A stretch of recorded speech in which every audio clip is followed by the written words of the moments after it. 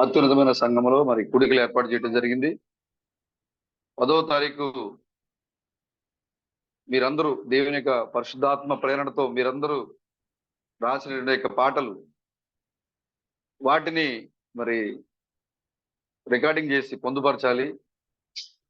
రేపటి దినమందు మరి అనేక మంది సహోదరులకి ఈ పాటలు మనం అందించాలి. వారి యొక్క విశ్వాసాన్ని బలపరిచే విధంగా ఈ పాటలు ఉండాలి అనే ఏకైక లక్ష్యంతో లేకపోతే మనం ఏదో పెద్ద గాయకులమని కాదు, లేదా మనం ఏదో పెద్ద మ్యూజిక్ తెలిసిన వాళ్ళని కాదు, కానీ పరిశుద్ధాత్మ సహోదరులందరి ద్వారా ఈ గడికి సంబంధించిన వాక్యాన్ని మరి ఆ పదాలని పొందుపరిచి ఆ యొక్క పాటల్లో మరి దేవుడు మరి ఏ కార్యాన్ని సంఘంలో జరిగించారు, ఎలా ఆయన తన కార్యాన్ని పూర్తి చేశారనే విషయాన్ని అన్ని కూడా మీరు పాటల రూపంలో వాటిని మీరు రాయడం జరిగింది. ప్రతి ఒక్కళ్ళు కూడా ఎవరి యొక్క ప్రేరేపణ బట్టి వాళ్ళు ఆ పాటలు రాశారు. కాబట్టి ఇప్పుడు ఆ పాటలు మనం వెళ్ళిపోయిన తర్వాత ఈ ప్రపంచానికి ఇవి గుర్తుగా ఉండిపోవాలని ఒక ఏకైక లక్ష్యంతో వాటిని మనం రికార్డింగ్ చేయాలనుకుంటున్నాము. మరి 10వ తారీఖు రికార్డింగ్ చేద్దాం అనుకుంటున్నాం. దానికి సంబంధించి మరి ఆ ఆర్కెస్ట్రా వాళ్ళతో మాట్లాడాల్సి ఉంది. వాళ్ళు మరి రేపు మాట్లాడటం జరుగుతుంది. తీతు బ్రదర్ చెప్పారు, పాటలు ఎవరు కూడా సరిగ్గా పాడట్లేదు బ్రదరు, ఇందాక ఇంటికి వచ్చారు బ్రదర్, సంబంధం లేకుండా పాడుతున్నారు. అలాంటి పాటలు మనం రికార్డ్ చేస్తే మనం ఇంటర్కైతే బాగానే ఉంటుందిలే, కానీ బయట మరి వినేవాళ్ళకి అవి ఇబ్బందికరంగా ఉంటాయి. కాబట్టి మరి దాని గురించి కొంచెం ఆలోచిస్తే బాగుంటుందని చెప్పారు బ్రదర్. కాబట్టి ఆల్రెడీ మరి కొంతమందికి అప్పచెప్పడం జరిగింది ఆ యొక్క బాధ్యత. ఎవరు అంటే అందరూ ఒకే పాటని ప్రిపేర్ అయితే ఇబ్బంది పడతారు అక్కడ పాడేటప్పుడు. కాబట్టి మీరు ఆ రోజున ఏ పాటలు పాడదాం అనుకుంటున్నారు, చాలా పాటలు ఉన్నాయి కదా మన దాంట్లో, మీకు నచ్చిన పాటలు మీరు ఏదైతే పాడదాం అనుకుంటున్నారో ఆ పాటని రికార్డ్ చేస్తే ఎలా పాడితే అది రికార్డింగ్ లో బాగుంటుంది అనేది మీరు ఒకసారి మీరు ఇంటి దగ్గర మీరు ప్రాక్టీస్ చేసుకోండి. పాటని మరి ఏ విధంగా మరి ట్యూన్ చేశారు, ఆ పాట రాసిన సహోదరులు ఏ విధంగా ట్యూన్ చేశారు, దాంట్లో ఉన్న పదాలను ఏ విధంగా పలకాలి. ఇంకా చూడండి, మెస్సియాకి తేడా ఉంది. మనం పాడుకుంటే పర్వాలే, కానీ రికార్డ్ చేసి బయటకు వెళ్ళినప్పుడు అవి చాలా చిన్న చిన్న కొరతలే, కానీ అది వినడానికి ఇబ్బందికరంగా ఉంటాయి. కాబట్టి అలాంటి పదాలు ఎలా పాడితే మరి రికార్డింగ్ లో బాగుంటది, ఇవన్నీ కూడా మీరు ఇంటి దగ్గర మీరు ఒకసారి మీరు ప్రాక్టీస్ చేయండి. అంతేకాకుండా ఎవరెవరు ఏం పాట పాడుతున్నారు, 1, 2 మీ ఇష్టం, మీరు ఎన్ని పాటలు పాడదాం అనుకుంటున్నారో అన్ని పాటలు, కానీ మీరు ఏ పాటలు పాడదాం అనుకుంటున్నారో ఆ పాటల యొక్క లిస్టు మరి తీతు బ్రదర్కి, అదేవిధంగా రమేష్ బ్రదర్కి, అదేవిధంగా మన సోదరుడు మరి ప్రేమ్ బ్రదర్కి, ఈ ముగ్గురు ఆ బాధ్యత తీసుకున్నారు. మీరు ఏ పాట పాడదాం అనుకుంటున్నారో ఆ పాటని మీరు లిస్టు, పలానా పాట నేను పాడదాం అనుకుంటున్నా బ్రదరు, ఈ పాట ఈ విధంగా ఉందని మీరు ఆ బ్రదర్కి మీరు ఆ పాటలు లిస్ట్ ఇస్తే, మిగిలిన వాళ్ళు ఎవరన్నా ఆ పాట లిస్ట్ ఇచ్చినప్పుడు బ్రదర్లు పరిశీలన చేసి ఈ పాట పలానా సోదరులు ప్రిపేర్ అవుతున్నారు, మీరు వేరే పాట తీసుకోండి అని చెప్పడానికి బాగుంటది. అందరూ ఒకే పాట ప్రిపేర్ అయితే ఇబ్బంది పడతారు తర్వాత. కాబట్టి ఈ ముగ్గురులో ఎవరికి పంపించినా పర్వాలేదు. మన తీతు బ్రదర్కి, రమేష్ బ్రదర్కి, ప్రేమ్ బ్రదర్కి మీరు పాడాలనుకునే పాటని 1, 2, 3, 4, 5 మీ ఓపిక, మీరు ఎన్ని పాడాలనుకుంటున్నారో అన్ని పాటలు, కానీ ప్రాక్టీస్ చేయండి. మనం చర్చిలో ఎలాగైతే పాడుకోవచ్చు, మనం ఎలాగైనా మనం ప్రభుని ఆరాధించవచ్చు, కానీ కొంచెం రికార్డింగ్ చేసి మనం వాటిని యూట్యూబ్లో అట్లా పెడతాం. కాబట్టి పదాలు తప్పు లేకుండా మీ స్వరాలే మార్చుకోమని నేను చెప్పట్లేదు, కానీ పాడేటప్పుడు పదాలు తప్పు పాడకుండా దానికి తగిన విధంగా మీరు మీ యొక్క పాటని ప్రాక్టీస్ చేసుకోండి. ఏ పాటలు పాడదాం అనుకుంటున్నారో ఆ పాటల యొక్క లిస్టు తప్పకుండా ఈ ముగ్గురులో ఎవరికి ఇచ్చినా పర్వాలేదు, మీరు పంపించండి. మిగతా వాళ్ళు ఆ పాటలు వాళ్ళు పంపించినప్పుడు, ఆ లిస్ట్ పంపినప్పుడు వాళ్ళు సరి చేయడానికి అవకాశం ఉంటుంది. కాబట్టి మీరందరూ కూడా ఆ విధంగా సిద్ధపడండి. మరి మనం నెల రోజుల ముందే డేట్స్ పెట్టుకున్నాం. కాబట్టి ఆ టైంకి నాకు ఖాళీ లేదు బ్రదర్, చాలా ఒత్తిడి పని ఉంది, చాలా బిజీగా ఉంది, చాలా అవసరతలు ఉన్నాయి, మాకు సెలవు దొరకట్లేదు, లేకపోతే మాకు ఏదైనా పెళ్లి ఉంది, ఫంక్షన్ ఉంది, ఇవన్నీ కూడా ప్రభు యొక్క మరి కార్యానికి రావడానికి చెప్పే సాకులు కాదు ఇవి. ముందుగానే మనం ఆ డేట్లని కూడా అనౌన్స్ చేయడం జరిగింది. ఆల్రెడీ దూర ప్రాంతం నుంచి వచ్చే సహోదరులు ఇప్పటికే టికెట్స్ లేవు వాళ్ళకి. మీరు చూస్తే సంక్రాంతికి రిజర్వేషన్ కూడా ఇప్పటికి లేవట. దసరా కాదు, సంక్రాంతి రిజర్వేషన్, ట్రైన్ రిజర్వేషన్స్ కూడా అయిపోయినాయి. కాబట్టి వాళ్ళు మరి అంత కష్టపడి మీతో కలుసుకోవడానికి, మీతో సహవాసం చేయడానికి మరి దేవుని ప్రేమను పొందుకోవడానికి వాళ్ళు వస్తున్నారు కాబట్టి మరి దగ్గరలో ఉన్న మీరు మీ ముందుగానే మీ ఈ యొక్క తారీఖుల్లో మీ పనులని చక్కబెట్టుకోండి.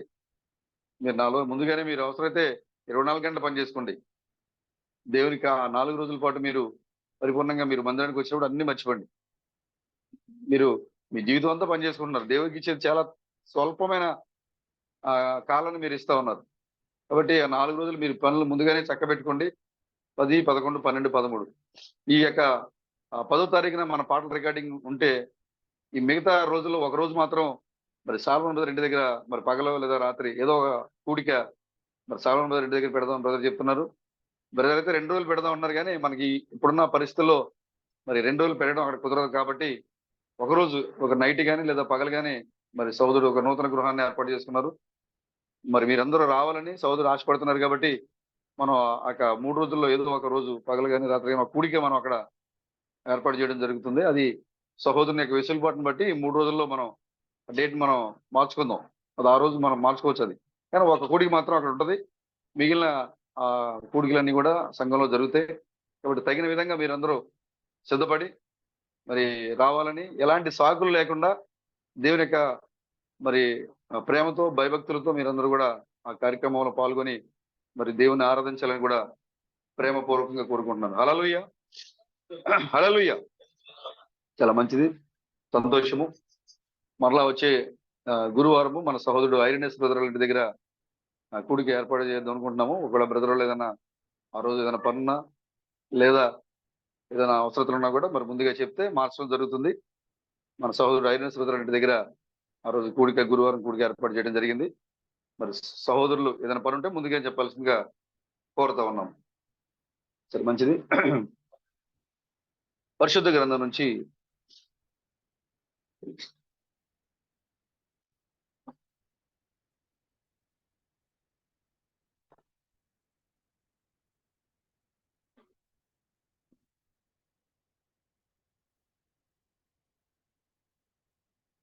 కీర్తనలు ఒక 3 చోట్ల నుంచి పరిశుద్ధ గ్రంథం చదవడానికి నేను ఇష్టపడుతున్నాను. కీర్తనలు 78వ కీర్తన,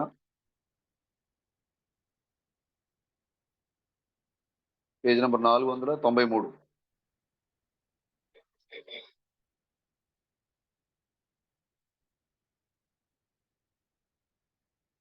78వ కీర్తన 23 నుంచి. అయినను ఆయన పైనున్న ఆకాశములకు ఆజ్ఞాపించెను, అంతరిక్ష ద్వారములను తెరిచెను. ఆహారమునకై ఆయన వారి మీద మన్నాను కురిపించెను, ఆకాశ ధాన్యము వారికి అనుగ్రహించెను. దేవదూతల ఆహారము నరులు భుజించిరి, భోజన పదార్థములను ఆయన వారికి సమృద్ధిగా పంపెను. ఆమేన్. అదేవిధంగా యోహాను సువార్త 6వ అధ్యాయము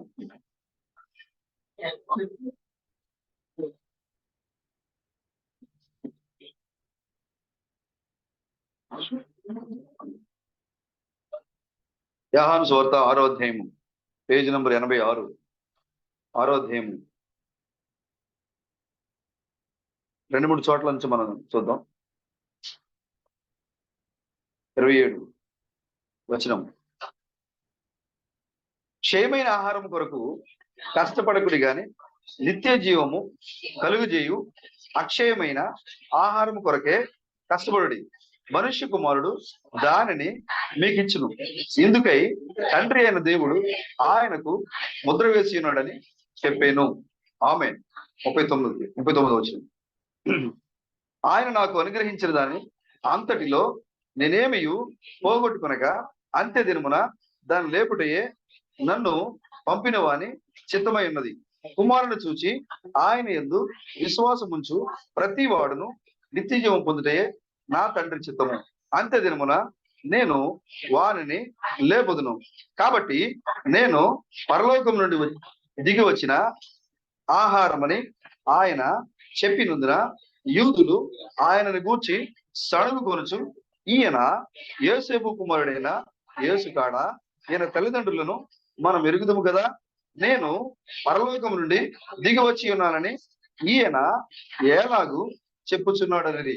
అందుకు యేసు, మీలో మీరు సణుగుకొనకుడి, నన్ను పంపిన తండ్రి వారిని ఆకర్షిస్తేనే గాని ఎవడును నా యొద్దకు రాలేడు. అంత్య దినమున నేను వారిని లేపుదును. 50వ వచనం, 49. మీ పితరులు అరణ్యములో మన్నాను తినినను చనిపోయిరి. దీనిని తినువాడు చావకున్నట్లు పరలోకము నుండి దిగి వచ్చిన ఆహారం ఇదే. పరలోకము నుండి దిగి వచ్చిన జీవాహారమును నేనే. ఎవడైనను ఈ ఆహారము భుజించితే వాడెల్లప్పుడూ జీవించును. మరియు నేనిచ్చు ఆహారము లోకమునకు జీవము కొరకైన నా శరీరమే అని మీతో నిశ్చయముగా చెప్పుచున్నాను నేను. ఆమె. ప్రకటన గ్రంథము 2వ అధ్యాయం 17వ వచనం.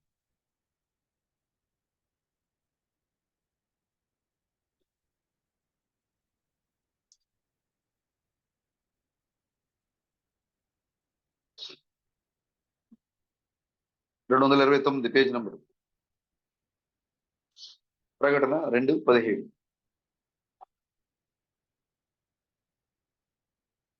సంగములతో ఆత్మ చెప్పుచున్న మాట చెవిగలవాడు వినుగాక. జయించువానికి మరుగై ఉన్న మన్నాను భుజింపనిత్తును, మరియు అతనికి తెల్లని రాతినిత్తును. ఆ రాతి మీద చెక్కబడిన ఒక క్రొత్త పేరు ఉండును, పొందిన వానికి గాని అది మరి ఎవరికి తెలియదు. ఆమె. నిర్గమాకాండము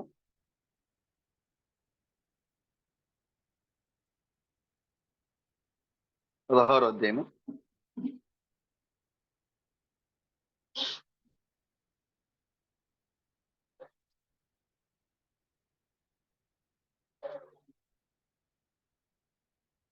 7వ వచనం. 16వ అధ్యాయం నిర్గమాకాండము 16వ అధ్యాయము పేజీ నంబర్ 58. నిర్గమాకాండము 16వ అధ్యాయము 7వ వచనం. యెహోవా మీద మీరు సణిగిన సణుగులను ఆయన వించున్నాడు. ఉదయమున మీరు యెహోవా మహిమను చూచెదరు. మేము ఏ పాటి వారము, మా మీద సణగనేలా అనిరి. మరియు మోషే, మీరు తినుటకై సాయంకాలమున మాంసమును, ఉదయమున చాలినంత ఆహారమును యెహోవా మీకియ్యగాను మీరు ఆయన మీద సణుగు, మీ సణుగులను యెహోవాయే వినుచుండగాను మేము ఏ పాటి వారము, మీ సణుగుట యెహోవా మీదనే గాని మా మీద కాదనను. అంతటా మోషే అహరోనుతో, యెహోవా సన్నిధికి సమీపించుడి, ఆయన మీ సణుగులను వినెను. నీవు ఇశ్రాయేలీయుల సర్వ సమాజముతో చెప్పుమనెను. ఇట్లు అహరోను ఇశ్రాయేలీయుల సర్వ సమాజముతో మాట్లాడుచుండగా వారు అరణ్యం వైపు చూచిరి. అప్పుడు యెహోవా మహిమ ఆ మేఘములో వారికి కనబడింది. అప్పుడు యెహోవా మోషేతో ఇట్లనెను, నేను ఇశ్రాయేలీయుల సణుగులను వింటిని. నీవు సాయంకాలమున మీరు మాంసము తిందురు, ఉదయమున ఆహారము చేత తృప్తి పొందుదురు. అప్పుడు మీ దేవుడినైనా యెహోవాను నేనే అని మీరు తెలుసుకుందరని వారితో చెప్పమనెను. కాగా సాయంకాలమున ఊరేడులు వచ్చి వారి పాలమును కప్పెను. ఉదయమున మంచు వారి పాలము చుట్టూ పడి ఉండెను. పడిన ఆ మంచు ఎగిరిపోయిన తరువాత నూగు మంచు వలె సన్నని కణములు అరణ్యపు భూమి మీద కనబడెను. ఇశ్రాయేలీయులు దాన్ని చూచినప్పుడు అది ఏమైనది తెలియక ఇదేమి అని ఒకరితో ఒకరు చెప్పుకొనిరి. మోషే, ఇది తినుటకు యెహోవా మీకిచ్చిన ఆహారము. యెహోవా ఆజ్ఞాపించినదేమనగా ప్రతి వాడును తన వారి భోజనమునకు, ప్రతి వాడును తన కుటుంబములోని తలకు ఒక్కొక్క ఓమేరు చొప్పున కూర్చుకొనవలెను. ఒక్కొక్కడు తన గుడారములో ఉన్న వారి కొరకు కూర్చుకొనవలెను. ఇశ్రాయేలీయులు అట్లు చేయగా కొందరు హెచ్చుగాను కొందరు తక్కువగాను కూర్చుకొనిరి. వారు ఓమేరుతో కొలిచినప్పుడు హెచ్చుగా కూర్చుకున్న వారికి ఎక్కువ మిగలలేదు, తక్కువ కూర్చుకున్న వారికి తక్కువ కాలేదు. వారు తమ తమ ఇంటి వారికి భోజనమునకు సరిగా కూర్చుకొని ఇండురి. ఆమె. చిన్న ప్రార్థన చేసుకుందాం. ఓ మా మంచి ప్రభువా, మా జీవన కర్తవ్యం మా ప్రభువా, నిన్న నేడు నిరంతరము ఏకరీతిగా ఉన్న మా ప్రభువా, ఆకాశములు మహా ఆకాశములు పట్టదలని విస్తారమైన దేవుడా, మా కొరకు రక్త మాంసముల దేహంలో ఈ లోకాన్ని దిగి వచ్చిన దేవుడా, మీకే వందనాలు స్తోత్రములు. ఓ ప్రభు, మరి గొప్ప సమయంలో మమ్మల్ని తీసుకుని వచ్చావు. ఓ గొప్ప ప్రత్యక్షములు అలంకరించావు మా ప్రభువా. మీరు ఏమైనారో, ఎలా సంఘంతో మాట్లాడుతున్నారో, మీరు సంఘంలో ఎలా కదలాడుతున్నారో చూడగలిగే గొప్ప ప్రత్యక్షత గల చూపును మాకు అనుగ్రహించావు. మీ స్వరాన్ని ముఖాముఖిగా ఓ చెవులారా వినగలిగే ఓ ప్రభు, మరి ఓ గొప్ప భాగ్యాన్ని ఇచ్చావు మా ప్రభువా. ఓ ఇక్కడ నిలబడిన సహోదరులందరినీ బలపరచండి. చదవబడిన లేఖన భాగములకు మీరే అనువదించండి, మీరే మాట్లాడండి. ఎందుకంటే ఆ గ్రంథకర్తవు నీవై ఉన్నావు, నీ యొక్క అనువాదకుడు నీవై ఉన్నావు మా ప్రభువా. మిమ్మల్ని అనువాదించగల అనువాదకుడు ఈ లోకంలో ఎవరు లేరు మా ప్రభువా. కాబట్టి మీరే రంగం మీద కదలాడి అనువదించి మహిమ ఘనత ప్రభావాలు పొందుకునమని విమోచకుడైన క్రీస్తు బ్రహ్మను మీ యొక్క నిత్య నామములో ఈ ప్రార్థన అడుగుతున్నాం ప్రభువా. Amen. God bless you brother. Thank you. కూర్చుందాం. ఒకవేళ పిల్లలకి గట్రా ఆకలి వేస్తుంటే కనుక భోజనం పెట్టండి. ఇక్కడ సమయం 1:30 అయింది. ఎవరన్నా బలహీనంగా ఉండి తినాలనుకుంటే కనుక తినండి, పర్వాలేదు.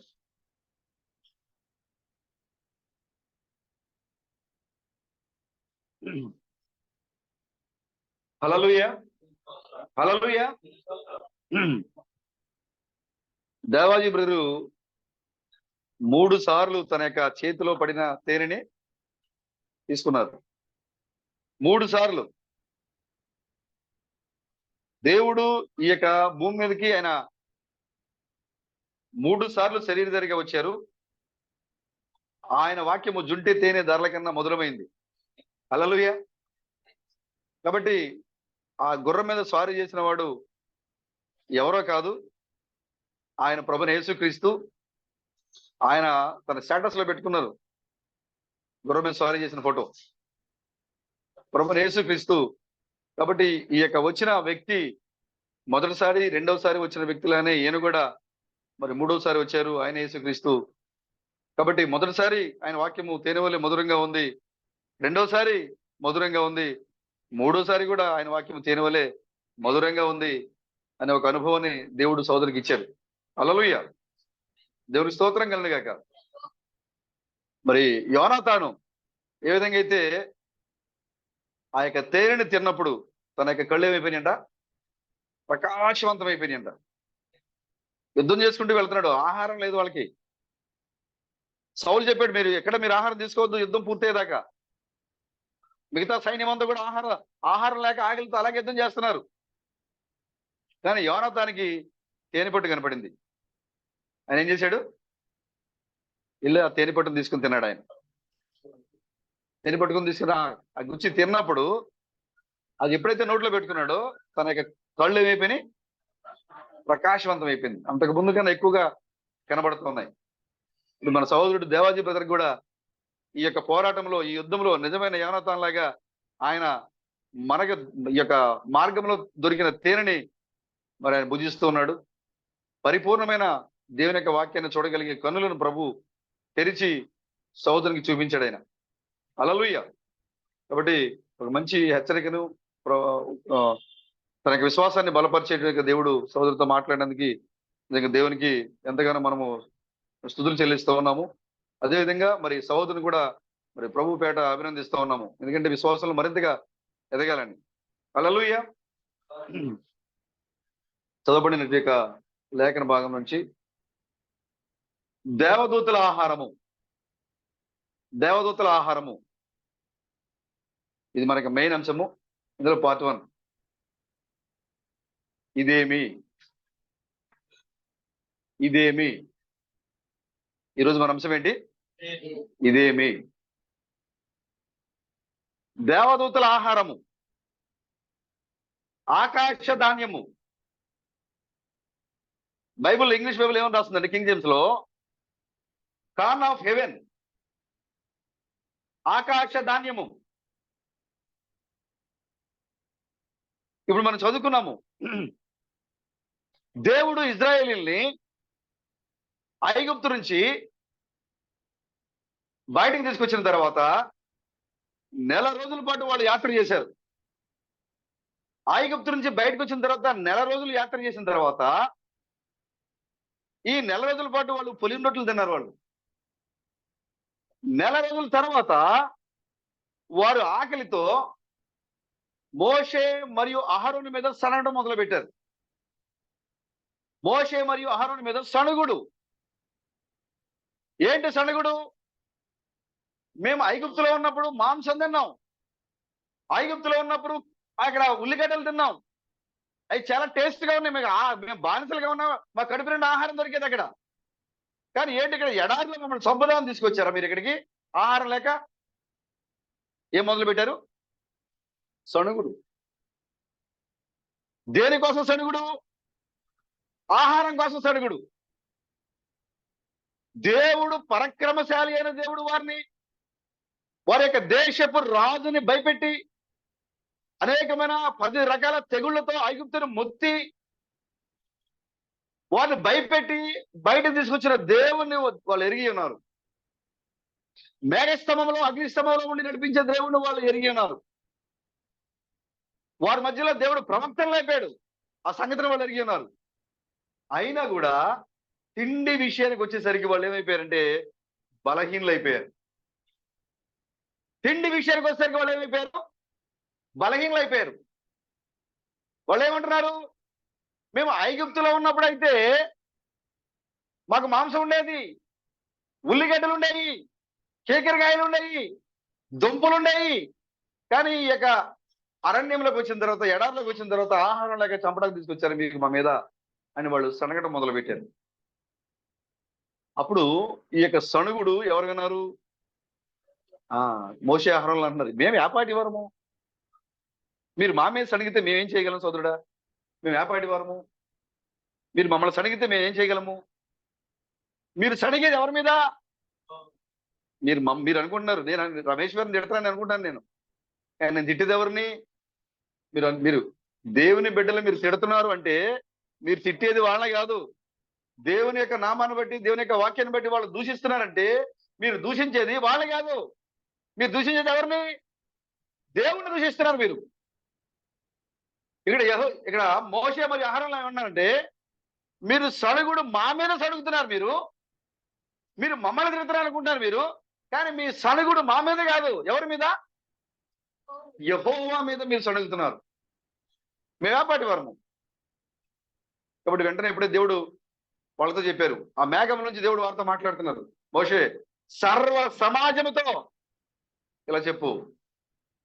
దేవుడు మేఘంలోకి వచ్చాడు. ఎప్పుడైతే సంఘంలో సణుగుడు మొదలైందో, ఎప్పుడైతే సంఘంలో వర్తమానికి మీద తిరుగుబాటు మొదలైందో, ఎప్పుడైతే సంఘంలో దేవుని మీద వ్యతిరేక స్వభావం వచ్చిందో, వెంటనే దేవుడు మేఘంలో ప్రత్యక్షమై మేఘం నుంచి దేవుడు మాట్లాడుతున్నాడు సంఘంతో. దేవుడు మోషే చెప్తున్నాడు, మోషే సర్వ సమాజముతో, ఒక్కరు కూడా విడిచిపెట్టదు, నీవు సర్వ సమాజముతో నీవు ఇలా చెప్పు, మీ కొరకు నేను ఆహారం ఇస్తాను. సాయంకాల సమయంలో మీకు పూరేళ్ల మాంసాన్ని మీకు ఆహారంగా ఇస్తాను. ఉదయకాలంలో మీకు నేను ఆహారం ఇవ్వబోతున్నాను అని చెప్పారు దేవుడు. అంతేకాకుండా ఆయన ఏం చెప్తున్నారంటే, నేను మీకు ఇచ్చే ఆహారాన్ని మీరు ఏ దినమునకు సరిపడ భత్యమో ఆ దినమునకే మీరు పోగు చేసుకోవాలి. మీకు ఎంత ఆహారం కావాలో, ఈ రోజు మీకు ఎంత ఆహారం కావాలో ఈ రోజుకి మాత్రమే మీరు పోగు చేయాలి. రేపటి దినం కోసం మీరు పోగు చేయకూడదు. అర్థమవుతుందా? మీకు ఈ రోజు ఏం కావాలో అది మీరు పోగు చేయండి.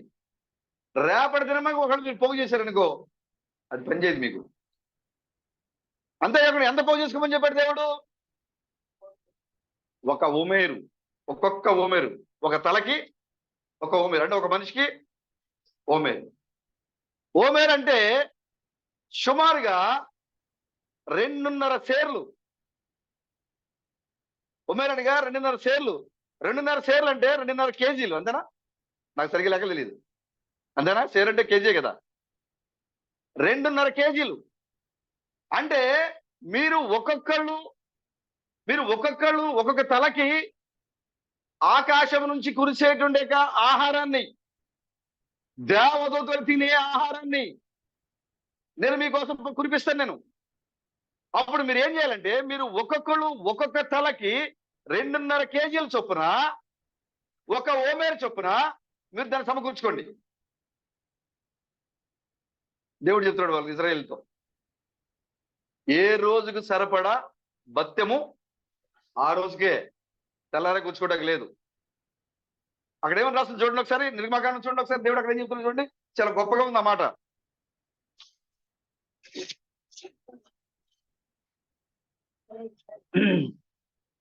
16వ అధ్యాయము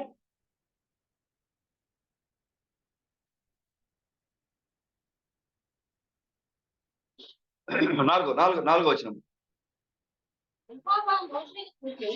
ఇదిగో నేను ఆకాశం నుండి నీ కొరకు ఆహారమును కురిపించదు, వారు నా ధర్మశాస్త్రం అనుసరించి గడుపులో లేదు అని నేను వారిని పరీక్షించినట్లు నీ ప్రజలు వెళ్లి ఏనాటి బట్టము ఆనందిస్తున్నారు. ఏంటంట ఏం చెప్తున్నాడు ప్రభు? మీరు ఏ రోజుకు సరిపడా ఆహారం మీరు ఆ రోజే ఎందుకు కూర్చుకోవాలి? మీరు యెహోవా ధర్మశాస్త్రాన్ని పాటిస్తున్నారో లేదో, అనుసరిస్తున్నారో లేదో నేను పరీక్షించి తెలుసుకున్నట్లుగా నాకు తెలియాలి. పొద్దుటే లేచి మీరు వెళ్ళి మీ ఆహారం మీరు తెచ్చుకోవాలి. ఏ రోజు కావాల్సిన ఆహారాన్ని మీరు ఆ రోజు తెచ్చుకోవాలి. ఒకవేళ మీరు రేపటి దినానికి కనుక మీరు ఆహారం తెచ్చుకునేది ఏమైపోద్ది? ఇప్పుడు మోషే వర్తమానం తెచ్చి మీ ఇంట్లో పెట్టుకున్నారు అనుకోండి, ఏమైపోద్దండి? పని చేయదండి. నోవా వర్తమానం తెచ్చి మీరు ఇంట్లో పెట్టుకుంటే పని చేయదు.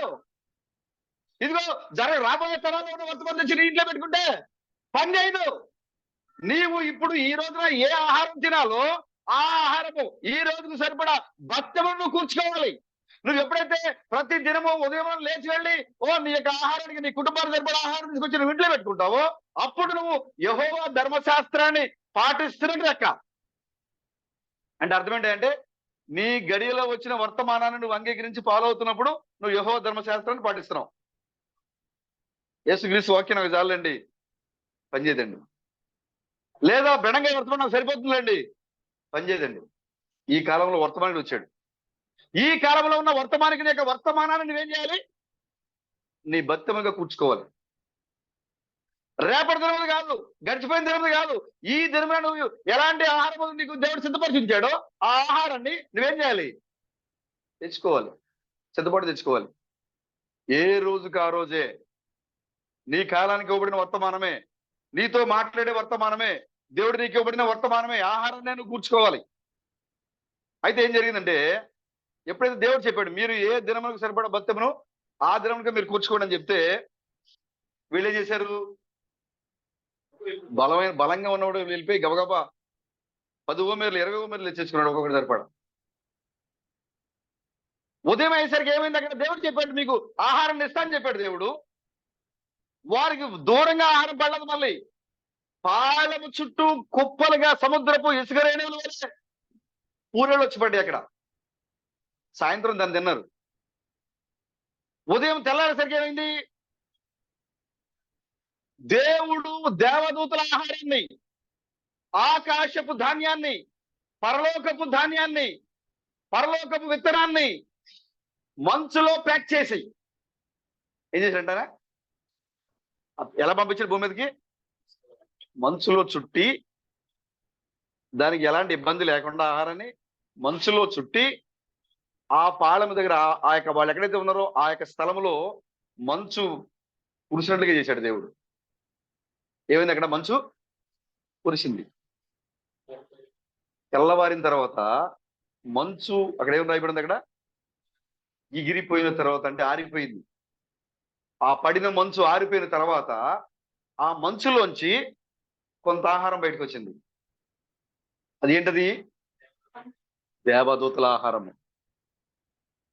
ఎప్పుడైతే ఆ యొక్క మంచు ఆరిపోయిన తర్వాత ఆ ఆవరణం అంతా కూడా, ఆ ప్రదేశం అంతా కూడా ఆ యొక్క సన్నని మంచు నూగు వలె దూరంగా కనపడుతుంది. అంతా కూడా ఆహారమే. వీళ్ళు లేచి బయటకు వచ్చేసరికి స్థలం అంతా కూడా ఏం కనపడుతుంది?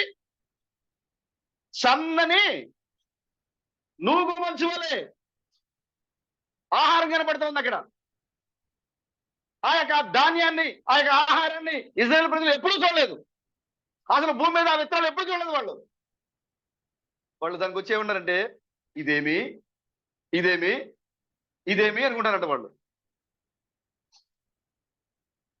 ఇదేమి అనగా హిబ్రూ భాషలో మన్నా అని అర్థము. ఫుట్బాల్ రాసిన చూడండి అక్కడ. ఇదేమి అనగా హిబ్రూ భాషలో మన్నా అని అర్థము.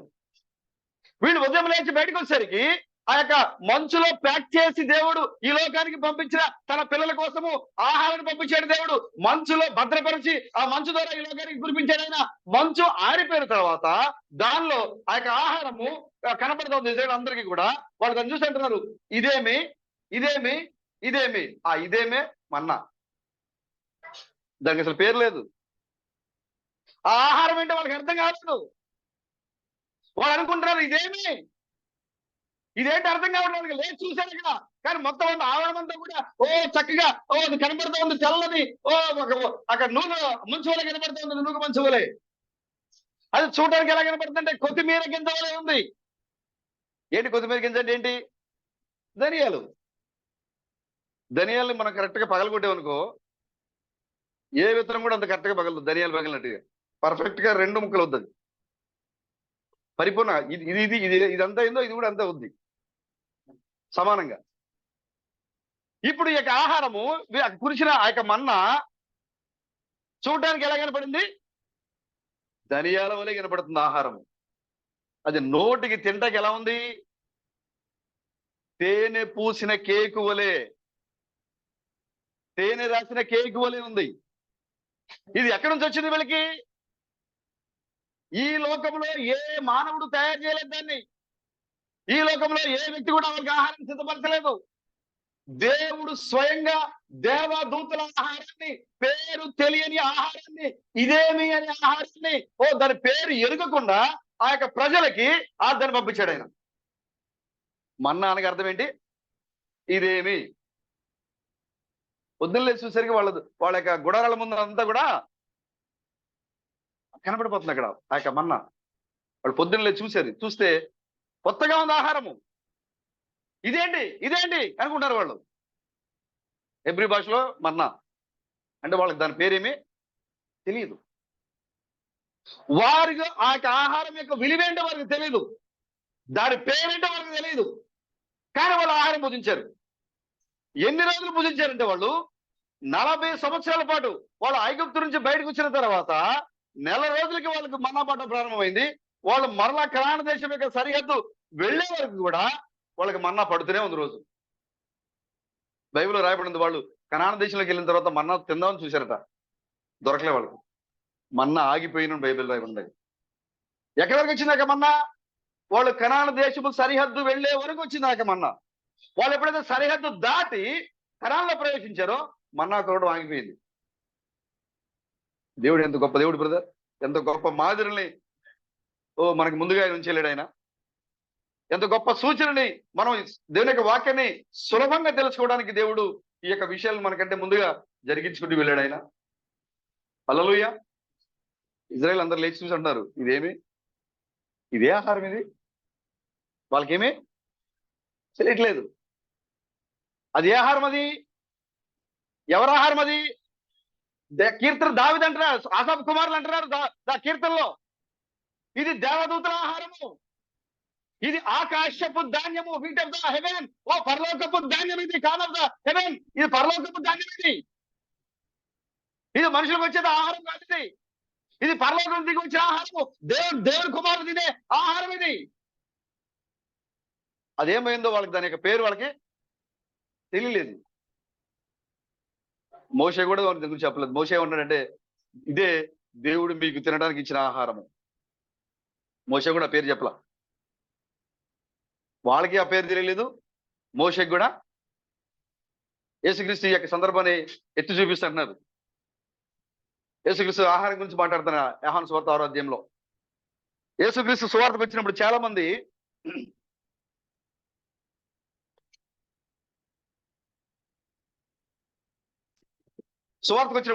అక్కడ యేసుక్రీస్తు పాటుగా పరిచర్యకి వెళితే మనకు కూడా రొట్టెలు దొరుకుతాయి, ఆహారం దొరుకుతుంది అని వచ్చేవాళ్ళు ఉన్నారు ఎక్కువ. అవునా? కానీ మన సంఘంలో అలాంటి వాళ్ళు లేరు బ్రదర్. అది చాలా సంతోషం. ప్రభుకి స్తోత్రం కలిగాయి. సంఘానికి వెళ్తే ఈ రోజు మనకి అక్కడ భోజనం దొరుకుద్ది. సంఘానికి వెళ్తే మనకి అక్కడ ఈ రోజు మన సహోదరుల ద్వారా మనకి ఏదో ఒక మంచి లాభం దొరుకుద్ది అని సంఘానికి వచ్చేవాళ్ళు అయితే మన సంఘంలో అత్యున్నత సంఘంలో లేదు. అందుని బట్టి ప్రభుకి స్తోత్రం కలిగాయి. హల్లెలూయా. కానీ యేసుక్రీస్తు సంఘంలో ఉన్నారండి. యేసుక్రీస్తు సంఘంలో ఉన్నారు. యేసుక్రీస్తు చెప్తున్నారు. యోహాను సువార్త 6 మీరు చూస్తే ఈ విషయాలు కనబడుతుంది. ఎక్కడ మీటింగ్ అన్నా ముందు వాళ్ళు కనపడుతున్నారు అక్కడ. అసలు మిగతా వాళ్ళకన్నా ముందు వాళ్ళే కూర్చుంటారు ఆ యొక్క లైన్ లో. యేసుక్రీస్తు అన్నారు, మీరు ఎందుకే క్షయమైన దానికోసం మీరు ఎందుకు ఆరాటపడతారు? మీరు ఆహారం కోసం మీరు కష్టపడద్దు. మీరు అక్షయమైన ఆహారం కోసం మీరు కష్టపడండి. శరీర సంబంధమైన ఆహారం కోసం మీరు ఎందుకు మీరు ఈ విధంగా మీరు తెచ్చుకుంటారు అని ఆ సందర్భం మొదలైంది వాళ్ళ దగ్గర. ఆ సందర్భం మొదలైనప్పుడు అక్కడ వాళ్ళు అంటున్నారు, ఏంటి నువ్వు మాకు క్షయమైందంటే ఏ ఆహారం ఇస్తావు మాకు నువ్వు? మాకైతే ఆ యొక్క ఈ బాహ్య సంబంధమైన ఆహారం మాకు వద్దులే, నువ్వు అన్నావు దానికోసం పోరాటం చేద్దాన్నావు కదా, సరైతే మాకు ఆ ఏదైతే అక్షయమైన ఆహారం ఉందో అది మాకు ఇవ్వు అని అడిగారు వాళ్ళు. అది మాకు ఇవ్వు అని అడిగితే ప్రభు అక్కడ మాట్లాడుతున్నారు, మోషే మీ పితరులకు మోషే ఎవరి ఆహారము? ఆ కురిసిన మన్నా మోషే ద్వారా వచ్చింది కాదది. నా తండ్రియే మీ యొక్క పితరులకు ఆహారం పంపించాడు. హల్లెలూయా. ఆ పరలోకం గురించి పడిన మన్నా ఎక్కడి నుంచి వచ్చింది? తండ్రి ద్వారా వచ్చింది ఆ యొక్క మన్నా. మన్నా అనగా అర్థం ఏంటి అంటే ఇదేమి, దానికి పేరు లేదు. దాని యొక్క విలువ ఏంటో వాళ్ళకి అర్థం కాలేదు. ఆ తర్వాత కొన్ని రోజులకి మళ్ళీ ఏమన్నారు, ఈ మన్నా మేము తినలేకపోతున్నాం, నోరు సప్పబడిపోయింది మాకు. మన్నా తిన్నా కూడా వాళ్ళకి దాని విలువ తెలియకపోవడం వల్ల వాళ్ళు తిరుగుబాటు చేశారు మళ్ళీ. అది ఎక్కడి నుంచి వచ్చిన ఆహారం? అది పరలోకం నుంచి వచ్చిన ఆహారం. యేసుక్రీస్తు అన్నారు, పరలోకం నుంచి వచ్చిన జీవాహారం అది. వాళ్ళు అంటున్నారు, అవునా, అయితే మాకు ఇవ్వండి అది. అయితే ఆ పరలోకం నుంచి దిగి వచ్చే జీవాహారాన్ని మాకివ్వండి, మేము ఈ యొక్క బాహ్య సంబంధమైన ఆహారం వదిలేస్తాం అని చెప్పారు గారు. అప్పుడు క్రీస్తు అన్నారు, ఆ పరలోకం నుంచి దిగి వచ్చిన జీవాహారమును నేనే. వాళ్ళు సణుగుడు మొదలు పెట్టారు. మళ్ళీ అక్కడ ఆగిపోయిన సణుగుడు మరలా ఇక్కడ స్టార్ట్ అయింది. ఇప్పుడు మరలా యేసుక్రీస్తు సంఘములో సణుగుడు మొదలైంది. ఆయన ఎవరో, ఆ మన్నా ఏంటో ఆయన మాట్లాడినప్పుడు ఆ సణుగుడు ఎక్కడ మొదలైంది? ఇప్పుడు మరలా సణుగుడు ఎక్కడ మొదలైంది అంటే ఇప్పుడు ఈ యొక్క అత్యున్నతమైన సంఘములో మరలా ఇప్పుడు ఈ లోకంలో సణుగుడు మొదలైంది. ఇప్పుడు మళ్ళీ ఏమని సణుగుడు? ఈ ముద్రలేమి, ఈ తెల్ల గుర్రం ఏమి, ఈ ఎర్ర గుర్రం ఏంటి, ఈ నల్ల గుర్రం ఏంటి, పాండురంగ గుర్రం ఏంటి, ఇదేంటి ఎవరికి కూడా అర్థం కావట్లేదు. మన్నా సంఘంలో కురిసింది కానీ ఆ కురిసిన మన్నా ఏంటో సంఘం ఎవరికి కూడా అర్థం కాలేదు. అక్క 7వ ముద్ర పాల్గొట్టబడినప్పుడు దేవునికి రాగంటే ఏంటి? మనిషి కుమారుడుగా లూకా సువార్త 17:26 నుంచి 30 వరకు ఆ వచ్చే మనిషి కుమారుడు ఎవరు? యోహాను సువార్త 14:12 ప్రకారం జరిగిన ఆ ప్రవచనం ఏంటి? ప్రకటన 10లో వచ్చే ఆ భవిష్యత్తు ఎవరు? ఇదేంటి? సంఘంలో కురిసింది ఆహారము.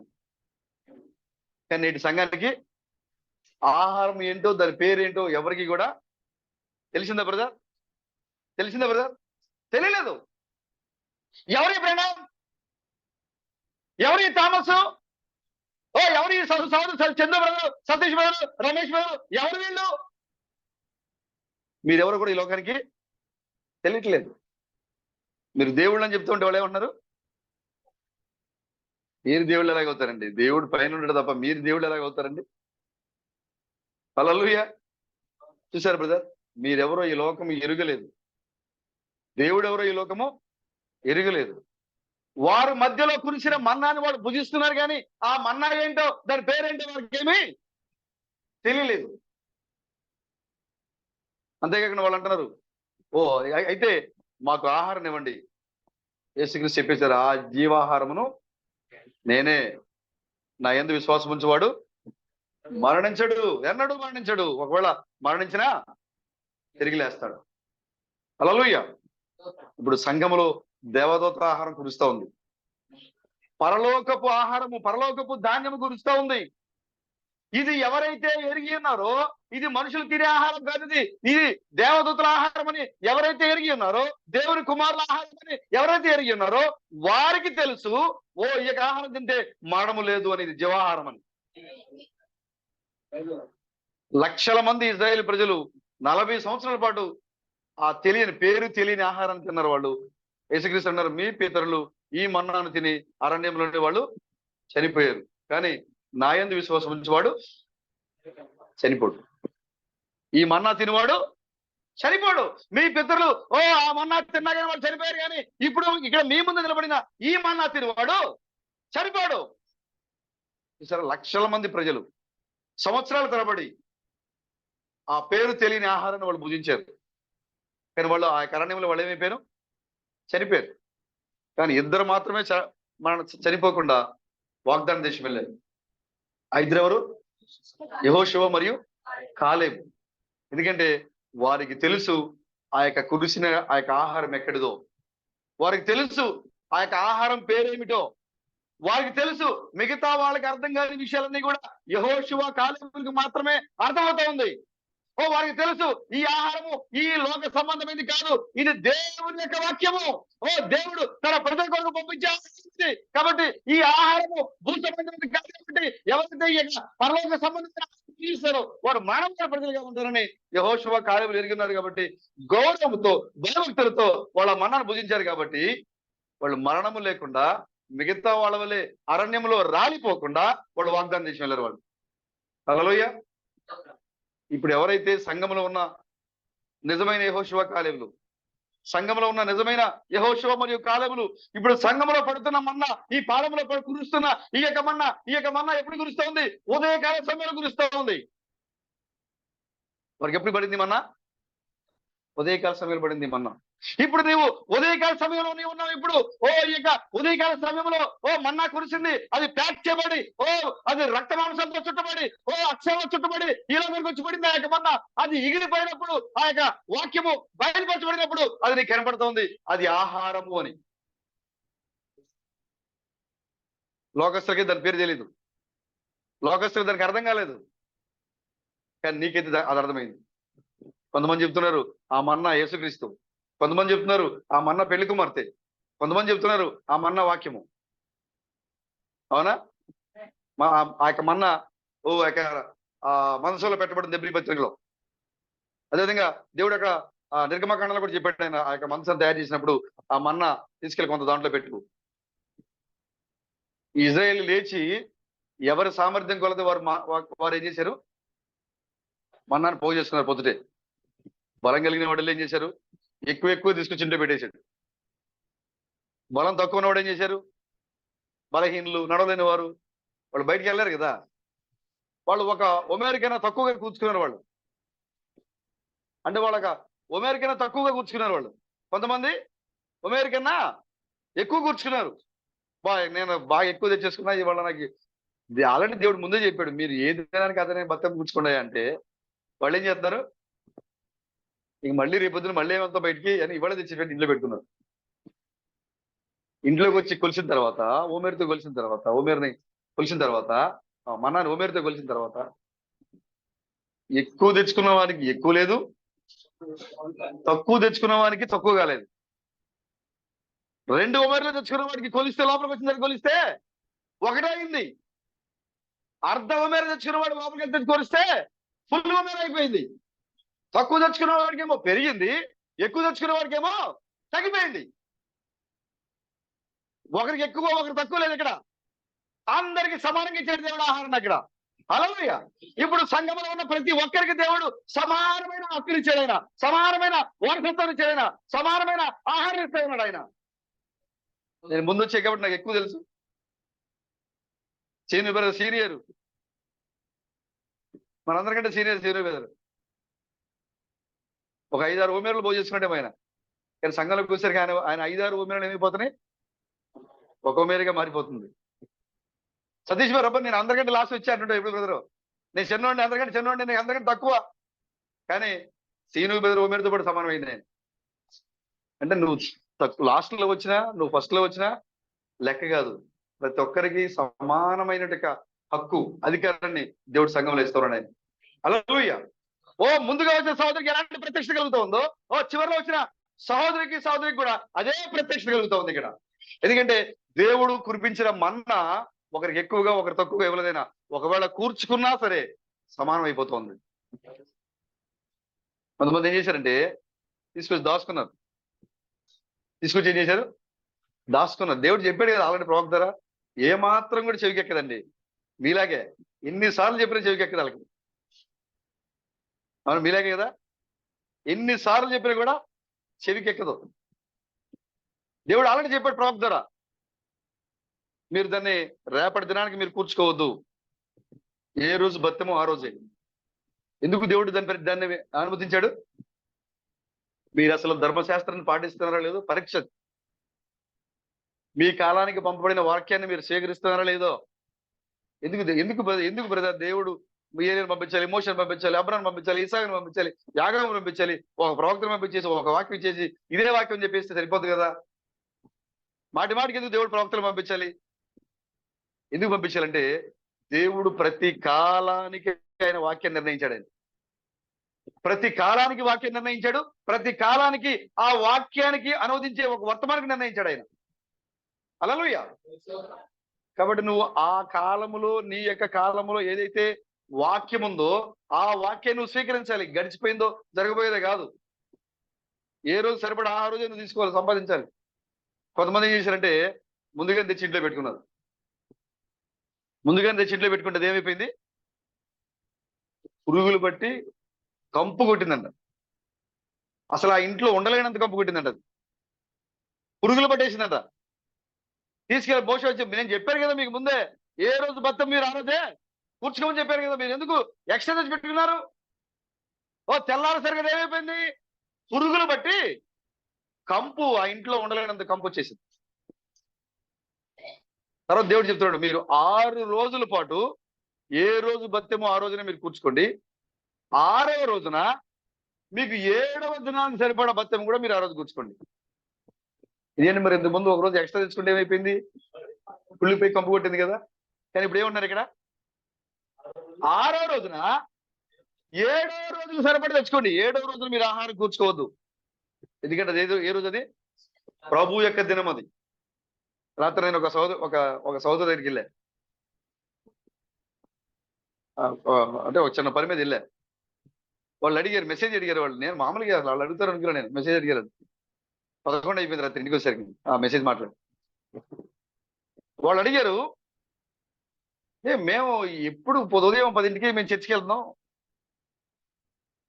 మరలా మేము తిరిగి 2-3ంటికి వస్తా ఉంటే మీ ప్రార్థన జరుగుతూనే ఉంది. మళ్ళీ ఏదో పని మీద 4-5ంటికి వెళ్తుంటే మళ్ళీ మైక్ సెట్ వినపడుతూనే ఉంది. అసలు మీ ప్రార్థన ఎన్నింటికి మొదలు పెడతారు బ్రదర్? ఎన్నింటికి ఆఫ్ చేస్తారు మీరు? మొదలు పెడతాం అయితే 10ంటికి మొదలు పెడతాం, కానీ ఆఫ్ చేయడం అయితే మా చేతుల్లో లేదు. అది అవసరాన్ని బట్టి సమయానుకూలంగా వెళ్ళిపోతూనే ఉంటుంది. అది అవసరాన్ని బట్టి జరుగుతూనే ఉంటుంది. అది అప్పుడు ఆ యొక్క సిస్టరు అదేవిధంగా ఆయన వాళ్ళు సాక్ష్యం ఏమని ఇచ్చారంటే, అయితే ఒక్కళ్ళు కూడా సనగరా మీ చర్చిలో? ఏంటి ఎంతసేపు చెప్తాడు ఏంటి, ఎంతసేపు మాట్లాడుతున్నాడు ఏంటి ఈయన, ఎంతసేపు ఉదయం సాయంత్రం దాకా మా ఇంటికి పని ఉంది. ఎందుకంటే వాళ్ళు చెప్తారు, మాకు సంఘం ఉంది, ఖచ్చితంగా వాళ్ళు టైం పెట్టుకుంటారంట. పాస్టర్ గారు ముందు చెప్తారు, పాస్టర్ గారు ఇవాళ 12:30 అయిపోవాలి మనకి అని చెప్తారంట. ఇవాళ 12:30 అయిపోవాలి, ఈ రోజు మాకు బయట పని ఉంది, ఫంక్షన్ ఉంది, అక్కడ పెళ్లికి వెళ్ళాలి మేము, లేదా పొలంలో పని ఉంది, అక్కడ మేము ఇల్లు నాటు వేసుకోవాలి, మీరు ఖచ్చితంగా ఒక పాస్టర్ గారు 12:30 కాకుండా 1 గంట దాకా ఉంచిండంటనా. వెంటనే ఆ సంస్థకు ఫోన్ చేసి చెప్పి, ఈ పాస్టర్ గారు మాకు వద్దు మార్చేయడం మార్పించారండి. అర్ధగంట సేపు ఎక్కువ సమయం ఉంచేందుకు పాస్టర్ గారు ఏం చేశారు? మార్చేసారు. పాస్టర్ గారు వెళ్ళిపోయాడు. వాళ్ళు అంటారు, నిజంగా మరి మీ సంఘానికి వచ్చేటువంటి సహోదరులు చాలా గొప్పలు బ్రదర్. నాకు సంతోషం అనిపించింది. మీరు ఈ లోకానికి ఉప్పై ఉన్నారు అంటే మీరు నేను చెప్పుకునే సాక్ష్యం కాదు, లోకము చెప్పే సాక్ష్యం ఎంతో గొప్పది. హల్లెలూయా. వాళ్ళు అంటారు, మీ సహోదరులు చాలా గొప్పలండి. ఉదయం 10 గంటల నుంచి సాయంత్రం 5, 6, 7 దాకా కూర్చుంటారంటే అది నిజంగా ప్రభు యొక్క దినం అంటే, ప్రభు యొక్క దినాన్ని ఆచరించడం అంటే. అందుకోసం ఇక్కడ చెప్తున్నాడు ఆయన, మీరు 6 దినములు మీరు ఆహారాన్ని సమకూర్చుకోండి, కానీ 7వ దినమున మీరు ఏ పని కూడా చేయకూడదు. కాబట్టి మీరు ఏ పని చేయకూడదు. కాబట్టి మీకు 7వ దినానికి సరిపడా ఆహారాన్ని బైబిల్లో రాయబడింది ఇక్కడ. ఆ యొక్క 6వ దినమున సమకూర్చుకున్న ఆహారము 7వ దినాన్ని వాళ్ళు తినేవాళ్ళు. ఈ 7వ దినాన్ని తినే ఆహారము 7వ దినాన పడినట్లుగానే ఉండేదంట. ఫ్రెష్గానే ఉండేది. కానీ అంతకుముందు మాత్రం అంటే 7వ రోజు ఎవరిది అది? ప్రభు యొక్క దినము. ఇలాంటి గొప్ప కార్యాలు జరిగించాడు వాళ్ళ వాళ్ళ మధ్యలో దేవుడు. హల్లెలూయా. కాబట్టి ఆ యొక్క మిగతా రోజుల్లో వాళ్ళు ఒక రోజు ఎక్స్ట్రా కూర్చుకుంటే అసలు ఇంట్లో వాళ్ళు ఆ దుర్వాసనకు ఉండలేని పరిస్థితి. కానీ 6వ రోజున వాళ్ళు 7వ రోజు సరిపడా మన్నాను కూర్చుకుంటే అది తాజా ఆహారంగా ఉండిపోయింది వాళ్ళ దగ్గర. 6, 7 ఇవన్నీ మీరు నోట్ చేసుకోండి. వాళ్ళు ఎవరికి ఎంత కేటాయించబడిందో అంతే వాళ్ళు పోగు చేసుకోవాలి. దాని పేరు తెలియదు వాళ్ళకి. మన్నా అనగా ఇదేమి అని అర్థము. దాని పేరు తెలియదు. వాళ్ళకి ఎక్కడి నుంచి వచ్చిందో తెలియదు వాళ్ళకి. దేవుడు దాన్ని ఆ ఆహారాన్ని మంచులో ప్యాక్ చేసి భద్రపరిచి చక్కగా తీసుకొచ్చి నిదానంగా తీసుకొచ్చి భూమి మీద పెట్టాడు. ఆయన తీసుకొచ్చి అంతేకాకుండా ఆ ప్యాకింగ్ ఆరిపోవడానికి ఎప్పుడు పడింది ఆ యొక్క ఆహారము? ఉదయకాల సమయంలో ఆ మన్నా పడింది అక్కడ. ఎప్పుడైతే ఆ యొక్క ఉదయకాల సమయంలో ఆ యొక్క సూర్యుని యొక్క వెలుగు వస్తూ ఉందో ఆ యొక్క ప్యాక్ చేయబడిన మంచు అంతా కూడా కరిగిపోయి లోపల దాయబడిన దేవదూతల ఆహారం బయట పెడతా ఉంది ఉదయకాల సమయంలో. పరలోక ధాన్యము, ఆకాశపు ధాన్యము, అది భూ సంబంధమైన ధాన్యం కదండి. అది అదే ధాన్యం, అది ఆకాశపు ధాన్యం. అది ఆకాశపు ధాన్యము ఆ మంచులో ప్యాక్ చేసి దేవుడు ఆ యొక్క కొత్తిమీర వలె ఆ టేస్ట్ కలిగిన ఆ యొక్క ఆహారాన్ని ఆ యొక్క తేనె వలె కేకు పై పూసిన ఆ తేనె వలె రుచిగా కలిగిన ఆహారాన్ని ప్యాక్ చేసి దేవుడు ఆకాశం నుంచి తన బిడ్డల కోసం పంపించాడు. ఆయన హల్లెలూయా. ప్రభుకి స్తోత్రం కలుగుగాక. ఇప్పుడు ఈ మన్నా యేసుక్రీస్తు అంటే ఏమన్నారు? నేనే, ఇది నేనే. హల్లెలూయా. ఈ మన్నాను భుజించేవాడు అన్నటికీ కూడా మరణించడు. సణుగుడు పుట్టింది కదా. ఇప్పుడు ఈ మన్నా హెబ్రీ 9వ అధ్యాయంలో నిర్గమకాండంలో ఈ మన్నా నిబంధన మందసములో షెకీనా గ్లోరీ కింద నిబంధన మందసములో బంగారు పాత్రలో పెట్టబడింది ఈ యొక్క మన్నా. ఆ మన్నా ఎవరే అంటే ఎవరమన్నా? హల్లెలూయా. ఏ బ్రదర్, యేసుక్రీస్తు మన్నా అయితే మీరు ఎలా మన్నా అవుతున్నారు బ్రదర్? యేసుక్రీస్తు కదా మన్నా. ఇప్పుడు ఆ యొక్క మన్నా ఎక్కడ పెట్టబడింది? ఎక్కడి నుంచి వచ్చింది మన్నా? ఎవరి ఆహారం ఇది? దేవదూతల ఆహారం ఇది. ఆకాశపు ధాన్యము. ఆ పరలోకపు యొక్క ధాన్యం ఇది. ఇది ఎక్కడి నుంచి వచ్చిందంటే పరలోకం నుంచి దిగి వచ్చింది ఈ యొక్క ఆహారము. హల్లెలూయా. ఇప్పుడు ఈ యొక్క లోకానికి మన్నా ఎవరంటే నీవే ఈ లోకానికి మన్నా ఉన్నావు. ఇప్పుడు యేసుక్రీస్తు చెప్పారు, నా మాట వినవాడు మరణించను, ఎందుకంటే నేను పరలోకం దిగి వచ్చాను అని చెప్పాడు ఆయన. ఇప్పుడు అదే విధంగా ఇప్పుడు ఈ యొక్క పెళ్లి కుమార్తె, చనిపోవాల్సిన పెళ్లి కుమార్తె, అదృశ్యమైపోవాల్సిన పెళ్లి కుమార్తె, కంపు కొట్టాల్సిన పెళ్లి కుమార్తె, దుర్వాసన పెళ్లి కుమార్తె ఎప్పుడైతే నిబంధన మనసులోకి వెళ్ళిపోయిందో ఆమె సజీవమైన మన్నా అయిపోయింది. ఇప్పుడు నీ యొక్క మాటను ఎవరైతే వింటారో వారికి కూడా మరణం లేదు సహోదరుడు. హల్లెలూయా. యేసుక్రీస్తు ఎలాంటి మన్నాగా ఉన్నారో ఈ కాలానికి నీవు కూడా అదే మన్నాగా ఉన్నావు నీవు. ఆమేన్. ఆనందం ఆనందం ఎంతో ఆనందం. ఆమేన్.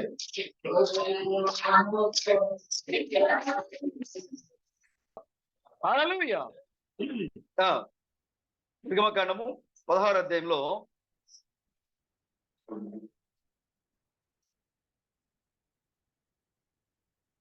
19వ వచనం.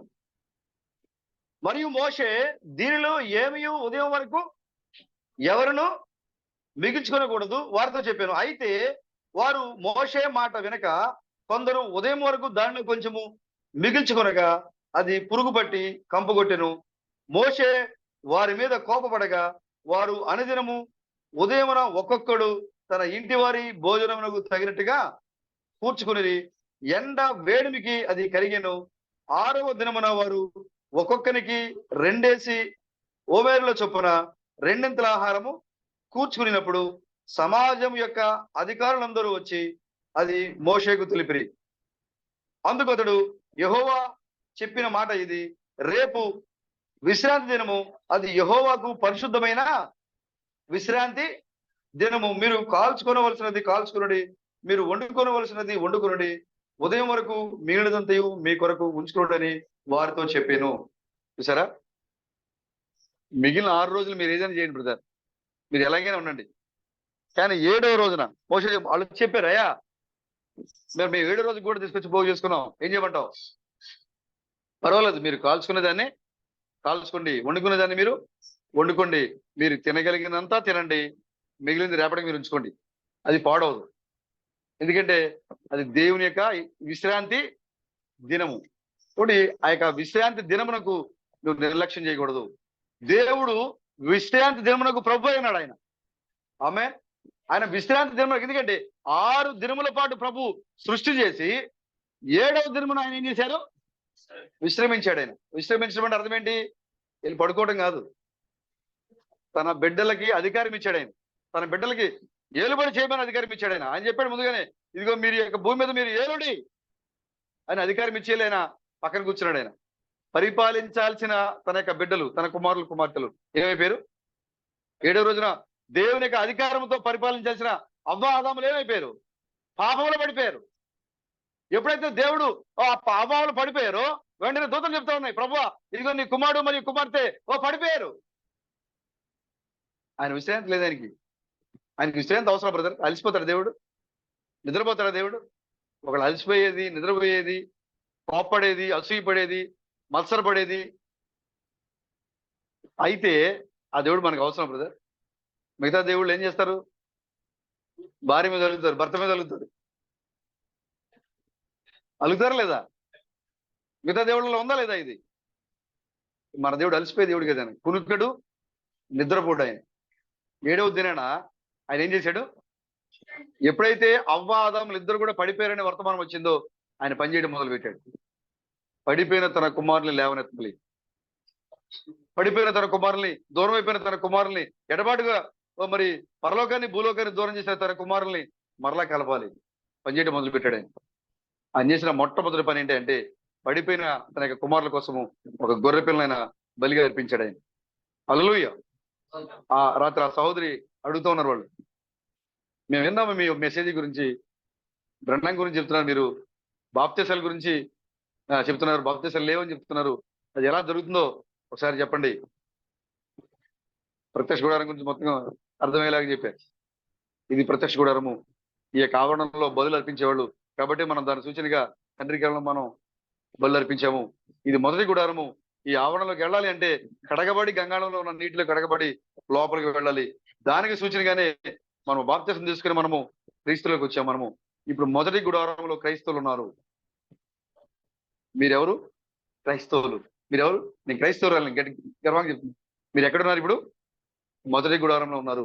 ఈ మొదటి గుడారంలో ఉన్న క్రైస్తవులు దేవుని యొక్క నిబంధన మందసం ఎక్కడుందంటే 2వ గుడారంలో ఉంది. షెకినా గ్లోరీ కిందకి వెళ్ళాలి, మనం లేని ప్రాంతానికి మనం వెళ్ళాలి. మరి యొక్క నీటి బాప్తిసం అవసరం లేని ప్రాంతానికి నువ్వు వెళ్ళాలి. వెళ్ళాలి అంటే ఈ యొక్క మొదటి గుడారంలో ఉన్న నిన్ను 2వ గుడారంలోకి తీసుకుని వెళ్ళడానికి ఒక వర్తమానికుడు అవసరమైంది. ఆ వర్తమానికుడు వచ్చారు కాబట్టి ఇప్పుడు మేము చెప్తున్నాము, మాకు బాప్తిస్వములు లేవు. ఆ వర్తమానికుడు మమ్మల్ని మొదటి గుడారంలోంచి 2వ గుడారంలోనికి అగ్ని స్తంభం కిందకి మమ్మల్ని తీసుకుని వెళ్ళాడు కాబట్టి మాకు ఇప్పుడు బాప్తిస్వాలు లేవు. హల్లెలూయా. ఆవిడ ఆమె చెప్తోంది, ఈ మెసేజ్ ఇప్పుడు వరకు నేను ఎక్కడ వినలేదండి. హల్లెలూయా. ఇదేమి పేరు తెలియదు దానికి. సంఘంలో పడుతూ ఉంది ఆహారము. బెనాం అనే ఆ పేరు అన్ని సంఘాల్లో వినపడుతూ ఉంది. ముద్రలు విన్నారు వాళ్ళు, ఉరుములు విన్నారు, అన్ని మర్మాల గురించి వాళ్ళు చదువుతూ ఉన్నారు పరిశుద్ధ గ్రంథంలో. ఇదేమి వాళ్ళకి ఏమి తెలియదు దాని గురించి, కానీ వాళ్ళు దాన్ని అనుభవిస్తూ ఉన్నారు. వాళ్ళు దాన్ని తింటా ఉన్నారు, ప్రకటన గ్రంథం చదువుతూ ఉన్నారు, కానీ వాళ్ళు తింటే వాళ్ళకి తెలియట్లేదు. అదేమిటో ఆ ఆహారం ఎక్కడి నుంచి వచ్చిందో, ఆహారం ఏమైందో, ఆహారము ఈ లోకానికి రావడం వల్ల ఏం జరుగుతుందో ఎరిగే ప్రజలు ఈ లోకంలో ఉన్నారు. ఇప్పుడు యేసుక్రీస్తు లాంటి ప్రజలు, ఆ మన్నా నేనే, యేసుక్రీస్తు చెప్తున్నారు, ఆ మన్నా నేనే, నా యందు విశ్వాసం ఉంచేవాడు చనిపోడు. ఆ మన్నా వచ్చేసింది ఈ లోకానికి. హల్లెలూయా. ఎవరైతే పెండ్లి కుమార్తె యొక్క ఆహారాన్ని భుజిస్తారో, పెండ్లి కుమార్తె యొక్క వాక్యాన్ని నమ్ముతున్నారో వారు మరణం లేని ప్రజలుగా ఉంటారు. ఆ యొక్క పెండ్లి కుమార్తె లోకానికి పరిపూర్ణమైన మన్నాగా ఉంది. ఇంగ్లీష్ బైబిల్ రాయబడింది అక్కడ, వాళ్ళకి ఆహారము ఫుల్లీ అంట, మొత్తం వాళ్ళకి సరిపడగా ఆహారం పడతా ఉందంట పైనుంచి. వాళ్ళకి ఏ మాత్రము కొదువు లేకుండా, తక్కువ లేకుండా పరలోకపు ధాన్యము, ఆకాశపు ధాన్యము వాళ్ళకి సరిపడినంతగా పైనుంచి కింద కురుస్తూ ఉంది. వాళ్ళకి ఆ పాళెంలో పడుతూ ఉంది. వాళ్ళకి ఏమాత్రం కష్టం లేదు. వాళ్ళు గుడారం నుంచి బయటకు వస్తే చాలు, అక్కడ ఆహారం ఉంది. ఆమేన్. ఈరోజు మనకి ఏమైనా కష్టం ఉందా బ్రదర్ మెసేజ్ తెలుసుకోవడానికి? ఏమాత్రం కష్టం లేదు. మన ఇంటి దగ్గరికి వస్తుంది వాక్యము, మన దగ్గరికి ఎత్తుకుంటూ వచ్చింది వాక్యము. ఎందుకంటే దేవుడు మన కొరకు వాగ్దానం చేశాడు. ఆయన ఏదైతే ఐగుప్తు నుంచి వచ్చిన ప్రజలు ఉన్నారో, వాగ్దానం చేయబడిన ప్రజలు ఉన్నారో, ఆ పరలోకం నుంచి కురుస్తున్న ఆ మన్నా యొక్క విలువ ఎరిగిన ప్రజలు ఉన్నారో, వారి యొక్క గుడారం ముందు ఆ యొక్క మన్నాను కురిపిస్తున్నాడు ఆయన. దాని విలువ తెలిసి తిన్న వాళ్ళకి మరణం లేదు. యెహోషువ కాలేబులకి మరణం లేదు. యెహోషువ కాలేబులకి సత్తువ తగ్గలేదు. యెహోషువ కాలేబులు అంటున్నారు, ఇదిగో ఐగుప్తు నుంచి బయటకు వచ్చినప్పుడు 40 ఏళ్ల కిందట నాకు ఎలాంటి బలం ఉందో, నాకు ఇప్పుడు 80 వచ్చినాయి. నేటికి కూడా అదే సత్తువ, అదే బలం ఉంది నాలో. కారణము ఆయన తీసుకున్న ఆహారం యొక్క విలువేంటో ఆ కాలేబు ఎరిగి ఉన్నాడు, యెహోషువ ఎరిగి ఉన్నాడు. అది ఎక్కడి నుంచి పడిందో, ఆ యొక్క ఆహారం యొక్క విలువేంటో వాళ్ళకి అర్థమైంది. ఆ యొక్క నాయకుడు ఎవరో వాళ్ళకి అర్థమైంది. కాబట్టి వాళ్ళు అంటున్నారు, మాకు బలము తగ్గలేదు. కానీ వాళ్ళతో పాటు భుజించేవారు ఉన్నారు. మిగతా వాళ్ళతో పాటు భుజించేవారు ఉన్నారు. వాళ్ళేమైపోయారు? యేసుక్రీస్తు స్వయంగా చెప్పారు, మీ పితరులు మన్నా తిన్నా గానీ చనిపోయారు. మరి వీళ్ళు ఎందుకు బతుకున్నారు? యెహోషువ కాలం ఎందుకు జీవించారు? యెహోషువ కాలం ఎందుకు సత్తువ తగ్గకుండా సంఘంలో నిలబడినారు వాళ్ళు? ఎందుకంటే వాళ్ళకి కురిసిన వాక్యం యొక్క విలువేంటో వాళ్ళకి అర్థమైంది. అక్కడ వాళ్ళు దాన్ని అంగీకరించారు. అక్కడ ఈ కాలంలో ఈ వాక్యము మనం అంగీకరించాలి. అందుకోసం మిగిలిన వాళ్ళందరూ కూడా సంఘం యొక్క విశ్వాసాన్ని బలహీనపరుస్తున్నారు. మనం ఆ యొక్క కనాన్ దేశంలో ఉన్న వారిని మనం జయించలేము. ఆ యొక్క హెవీలు, పెరిజీలు, కరల్ని, నెఫిలీల్ని మనం జయించలేము. వాడు బలవంతులు అని సంఘాన్ని వాళ్ళు బలహీనపరుస్తున్నారు వాళ్ళు. కానీ యెహోషువ కాలేబులు అంటున్నారు, వాళ్ళు ఎంత బలవంతులైనా సరే, ఎంత ఉన్నత దేవులైనా సరే మనం ఖచ్చితంగా జయిస్తాము. ఎందుకంటే మనం తీసుకునే ఆహారము భూ సంబంధమైనది కాదు, పరలోక సంబంధమైన ఆహారము. హల్లెలూయా. యెహోషువ కాలంలో చెప్తారు, మనము తిన్న ఈ యొక్క మన్నా ఇది భూ సంబంధమైనది కాదు, ఇది యెహోవా పంపించిన ఆహారము, ఇది పరలోక ధాన్యము, ఇది దేవుని యొక్క ఆహారం. కాబట్టి మనం నడిచము. వాళ్ళు ఎలాంటి ఉన్నతైనా సరే మనం ఖచ్చితంగా జయిస్తాం. ఇప్పుడు సంఘంలో కూడా దేవుడు ఆ యొక్క మన్నాను కురిపిస్తున్నాడు. ఆయన నీ ముందు నిలబడింది ఎలాంటి పాస్టర్ అయినా, ఎలాంటి ఆర్చ్ బిషప్ అయినా, ఎంత తెలివిగలవాడినా, ఎంత ఉద్యోగ ప్రసంగికుడైనా సరే నీ ముందు నిలబడలేడు. కారణము నీలో ఉన్నవాడు గొప్పవాడు. నువ్వు తీసుకున్న ఆహారము పరలోకం నుంచి వచ్చిన ఆహారం అయింది. అది అన్నాడు యెహోషువ కాలేబులు. దాన్ని వాళ్ళు ఆ విధంగా స్వీకరించారు కాబట్టి వాళ్ళు మరణం లేని ప్రజలుగా వాళ్ళు ఆ యొక్క మిగతా వాళ్ళందరూ లక్షల మంది తిన్నారు కానీ వాళ్ళు చనిపోయారు. కానీ వీళ్ళిద్దరూ చనిపోలేదు. వాళ్ళు వాగ్దాన దేశంలో అడుగుపెట్టారు వాళ్ళు. అలాగే ఇప్పుడు సంఘంలో ఉన్న వాళ్ళందరూ కూడా ఈ యొక్క మర్మాల్ని వింటున్నారు. కానీ దాని యొక్క విలువేంటి వాళ్ళకి అర్థం కావట్లేదు. ముద్రలు పగలగొట్టబడ్డాయి. తెల్ల గుర్రం వచ్చింది, నల్ల గుర్రం వచ్చింది, ఎర్ర గుర్రం వచ్చింది, చదువుతున్నారు అక్కడ. కానీ ఆ గుర్రం మీద స్వారీ చేసిన వాడు ఎవరో తెలియట్లేదు. ఒక ఆయన పెట్టుకున్నాడు జైశాలి అని. ఎవరు? పిటి సుందరరావు పెట్టుకున్నాడు జైశాలి అని ఆ రిఫరెన్స్ పెట్టుకున్నాడు. ఆయన చెప్పగానే చెప్తున్నాడు, ఆయన తెల్ల గుర్రం మీద స్వారీ చేసుకుంటూ వచ్చేది ఇసుక. దేవుడు చెప్తున్నాడు యేసుక్రీస్తు, ఇక్కడ ఉన్న వారిలో 12 మందిలో నేను ఏర్పాటు చేసుకోలేదా? అందులో ఒకడు సాతాను. ఓపెనింగ్ చెప్పేశాడు యేసుక్రీస్తు శిష్యుల దగ్గర, 12 మంది నేను ఏర్పాటు చేసుకున్నాను, కానీ అందులో ఒకడు సాతాను. యోధాని సాతాను అని పిలిచినట్లుగా మిగతా సాతాను అన్ని శరీరాల్లో పనిచేసింది. కానీ యూద కాలంలో దేవుడు ఎలాగైతే కన్య మరియ గర్భంలో శరీరాన్ని పరిపూర్ణంగా ఒక శరీరంలో వచ్చి దేవుడు పనిచేశాడో, అలాగే ఇక్కడ ఈ యొక్క ఇస్కరియోతు యూద ఈ యొక్క సాతాను యొక్క అపవాది యొక్క కుమారుడిగా ఉన్న, నాశనపుత్రుడిగా ఉన్న ఈ యొక్క యూద ఎక్కడి నుంచి వచ్చాడు తెలుసా? అతడు తనున్న స్థలమునకు వెళ్ళును అని ఉంది బైబిల్లో. తను వచ్చిన స్థలమునకు అతను వెళ్ళును అని ఉంది. అతను ఎక్కడి నుంచి వచ్చాడనా? ఎక్కడి నుంచి వచ్చాడు? అపవాది కుమారుడు. ఆ యొక్క పాతాళం నుంచి వచ్చాడు ఆయన. డైరెక్ట్ ఎక్కడున్నాడు? సాతానుడు అగాధంలో తోయబడ్డాడు. అగాధం నుంచి వాడు బయటకు వచ్చాడు. అగాధం ఎక్కడుంది? పరదేశికి మరియు ఎక్కడుంది అగాధము? పాతాళానికి మరియు పరదేశికి మధ్యలో ఏముంది? అగాధం. నరకం వేరు, పాతాళం వేరు. ఇవన్నీ మనకు తెలుసుకోకపోతే బైబిల్ చదివేటప్పుడు చాలా కన్ఫ్యూజ్ అవుతాం. మనం మ్యాపే చూపించాం కదా. పాతాళం ఒక పక్క ఉంది, పరలోకం ఒక పక్క ఉంది. ఈ యొక్క అగాధము ఒక చోట ఉంది, మధ్యలో ఉంది. ఆయన అంటారు ఎప్పుడైతే అవ్వాదం పడిపోయారో ఈ రెండు ఏమైపోయినాయి, పరలోకము భూలోకము వేరైపోయింది. మధ్యలో ఏమొచ్చింది? అగాధం వచ్చింది. ఈ అగాధములో బంధించబడి ఉన్నారు ఈ యొక్క ఆత్మలన్నీ కూడా. బంధించబడి అంటే అగాధంలో ఉన్నారు వీళ్ళందరూ కూడా. భయంకరమైన నాకు లూసిఫర్ ఎక్కడ ఉంది అంటే ఈ యొక్క అగాధంలోనే వాడు దాయబడినాడు. ప్రకటన గ్రంథంలో వాడు అగాధం నుంచి లేస్తున్నాడు. ఆ యొక్క మృగము పైకి లేస్తా ఉన్నాడు. వీడు ఎక్కడున్నాడంటే అగాధంలో ఉన్నాడు. ఈ యొక్క లోకానికి అగాధం గురించి తెలియదు, నరకమే అనుకుంటారు అంతా. కానీ ఈ యొక్క 5వ పరిమాణంలో ధనవంతుడు ఉన్నాడు, 6వ పరిమాణంలో లాజరు ఉన్నాడు. ఈ రెండింటికి మధ్యలో అగాధం ఉంది. అబ్రాహాం అన్నాడు, ఈ ధనవంతుడు అడిగాడు, అయ్యా ఒకసారి లాజరును పంపించు, తన యొక్క చూపుడు వేలు నీటిలో ముంచిన నాలుగు చేస్తాడు. అప్పుడు అబ్రాహాం అంటాడు ఏమని? మీకు మాకు మధ్యన అగాధం ఉంది, పరదేశిని అబ్రాహాం యొక్క రొమ్ము అని పిలిచాడు. మనం ఎక్కడున్నాం ఇప్పుడు? ఎవరైతే చనిపోయిన పరిస్థితులు ఉన్నారో, దేవుని అంగీకరించి ఆ గడి యొక్క వర్తమానాన్ని వెంబడించి దేవుని చిత్త ప్రకారంగా దేవుని యొక్క వాక్యానుసారంగా మరి చనిపోయిన పరిస్థితులు ఎవరైతే ఉన్నారో వారందరూ కూడా అబ్రహాం యొక్క రొమ్ములో ఉన్నారు. వాళ్ళందరూ కూడా వెళ్ళి హల్లెలూయా. ఎవరైతే వాక్యాన్ని అంగీకరించలేదో అగాధానికి యువతల పక్క వాళ్ళు ఉన్నారు.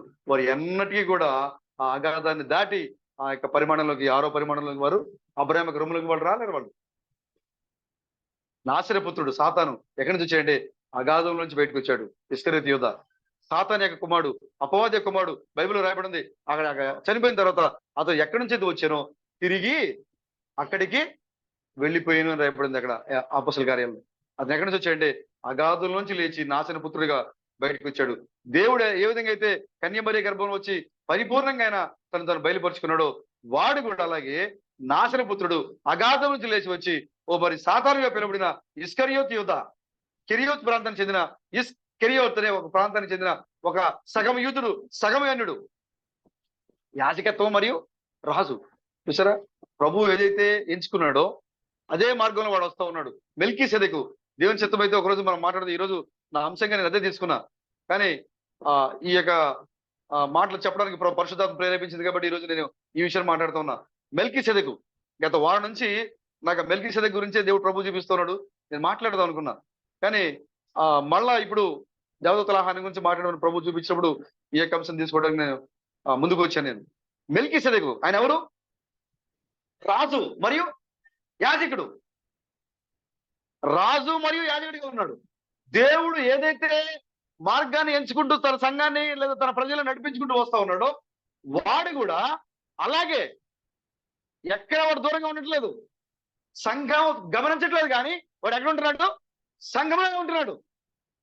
సంఘంలోనే ఉండి ఏం చేస్తున్నాడంటే సంఘ ప్రజలు గమనించకుండా సంఘ ప్రజల్ని వాడు తెలియకుండానే మూడో వంతు తిప్పేసుకుంటున్నాడు. పరలోకంలో ఉన్నాడు వాడు. అక్కడ ఏం చేశాడు?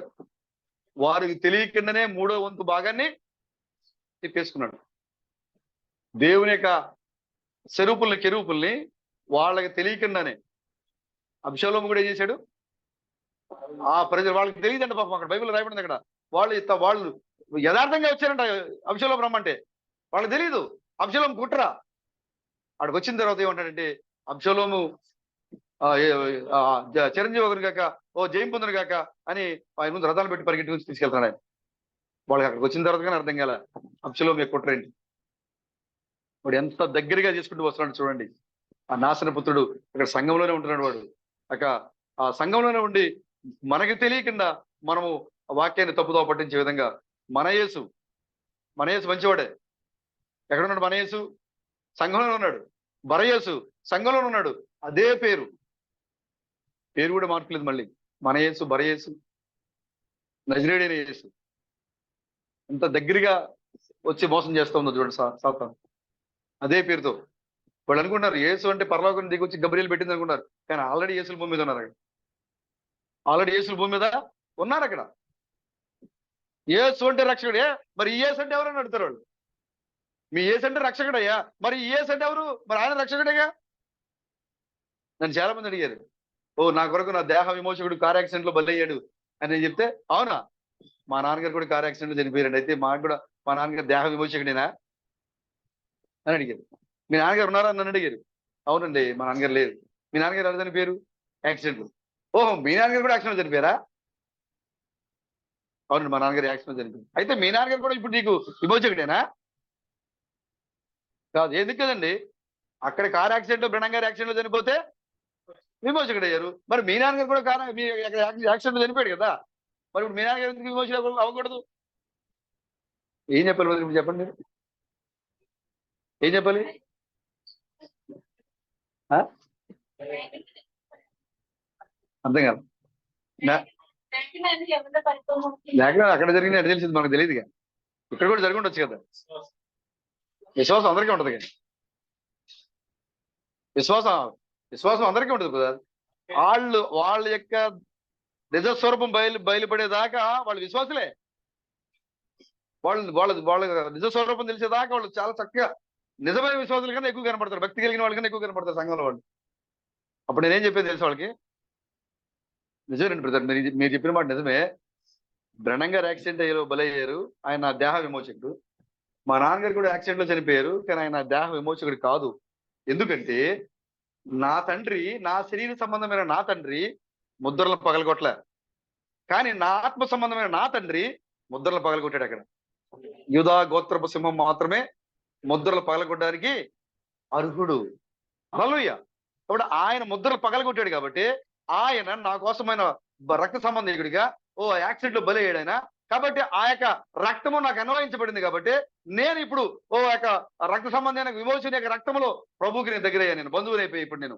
కానీ నా తండ్రి ఆ ముద్రలు పగలగొట్టలేదు. నా తండ్రి ముద్రలో భాగం అవ్వలేదు. అక్కడ యేసుక్రీస్తు కాలంలో కూడా యేసుక్రీస్తు కంటే ముందు, యేసుక్రీస్తు కంటే తర్వాత చాలా మంది రోమా శిక్షలో ఒక శిక్ష సిలువేసి చంపడము. సిలువేయడం యేసుక్రీస్తుకి ఒకటే కాదు. యేసుక్రీస్తు కంటే ముందు చాలా మంది సిలువేశారు. యేసుక్రీస్తు తర్వాత చాలా మంది సిలువేశారు. యేసుక్రీస్తు కంటే ముందు సిలువేసిన వాళ్ళలో మేకులు కొట్టిన వాళ్ళు కూడా ఉన్నారు.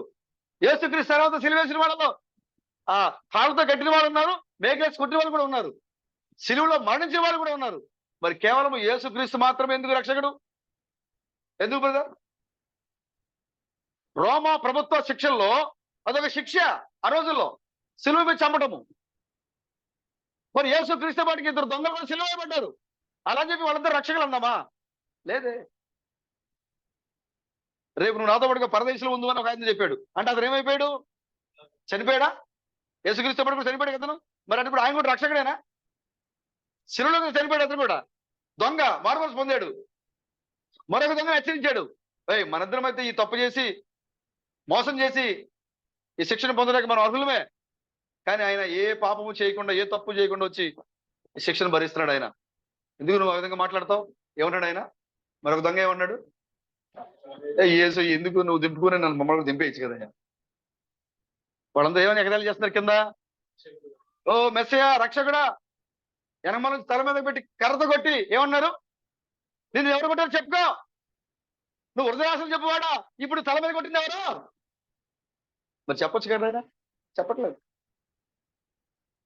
అవమానిస్తున్నా మాట్లాడలేదు. అందరి దగ్గర దేవుడు ఆ సూచన చేయలేదు బ్రదర్.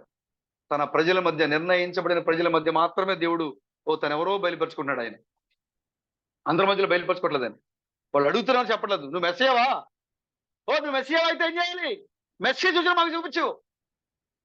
ఇదిగో నువ్వు హృదయాసం చెప్తావు కదా, ఎమ్మల నుంచి కొట్టి ఎవరో నిన్ను కొట్టారో పేరు చెప్పు. ఎంత అపహాస్యం బ్రదర్. కానీ ఆయన చెప్పాడా? చెప్పలేదు. మిగతా వాళ్ళు చెడుతున్నారు, అయ్యా నువ్వు మాకు ఏదైనా ఒక సూచన మాకు చూపించు.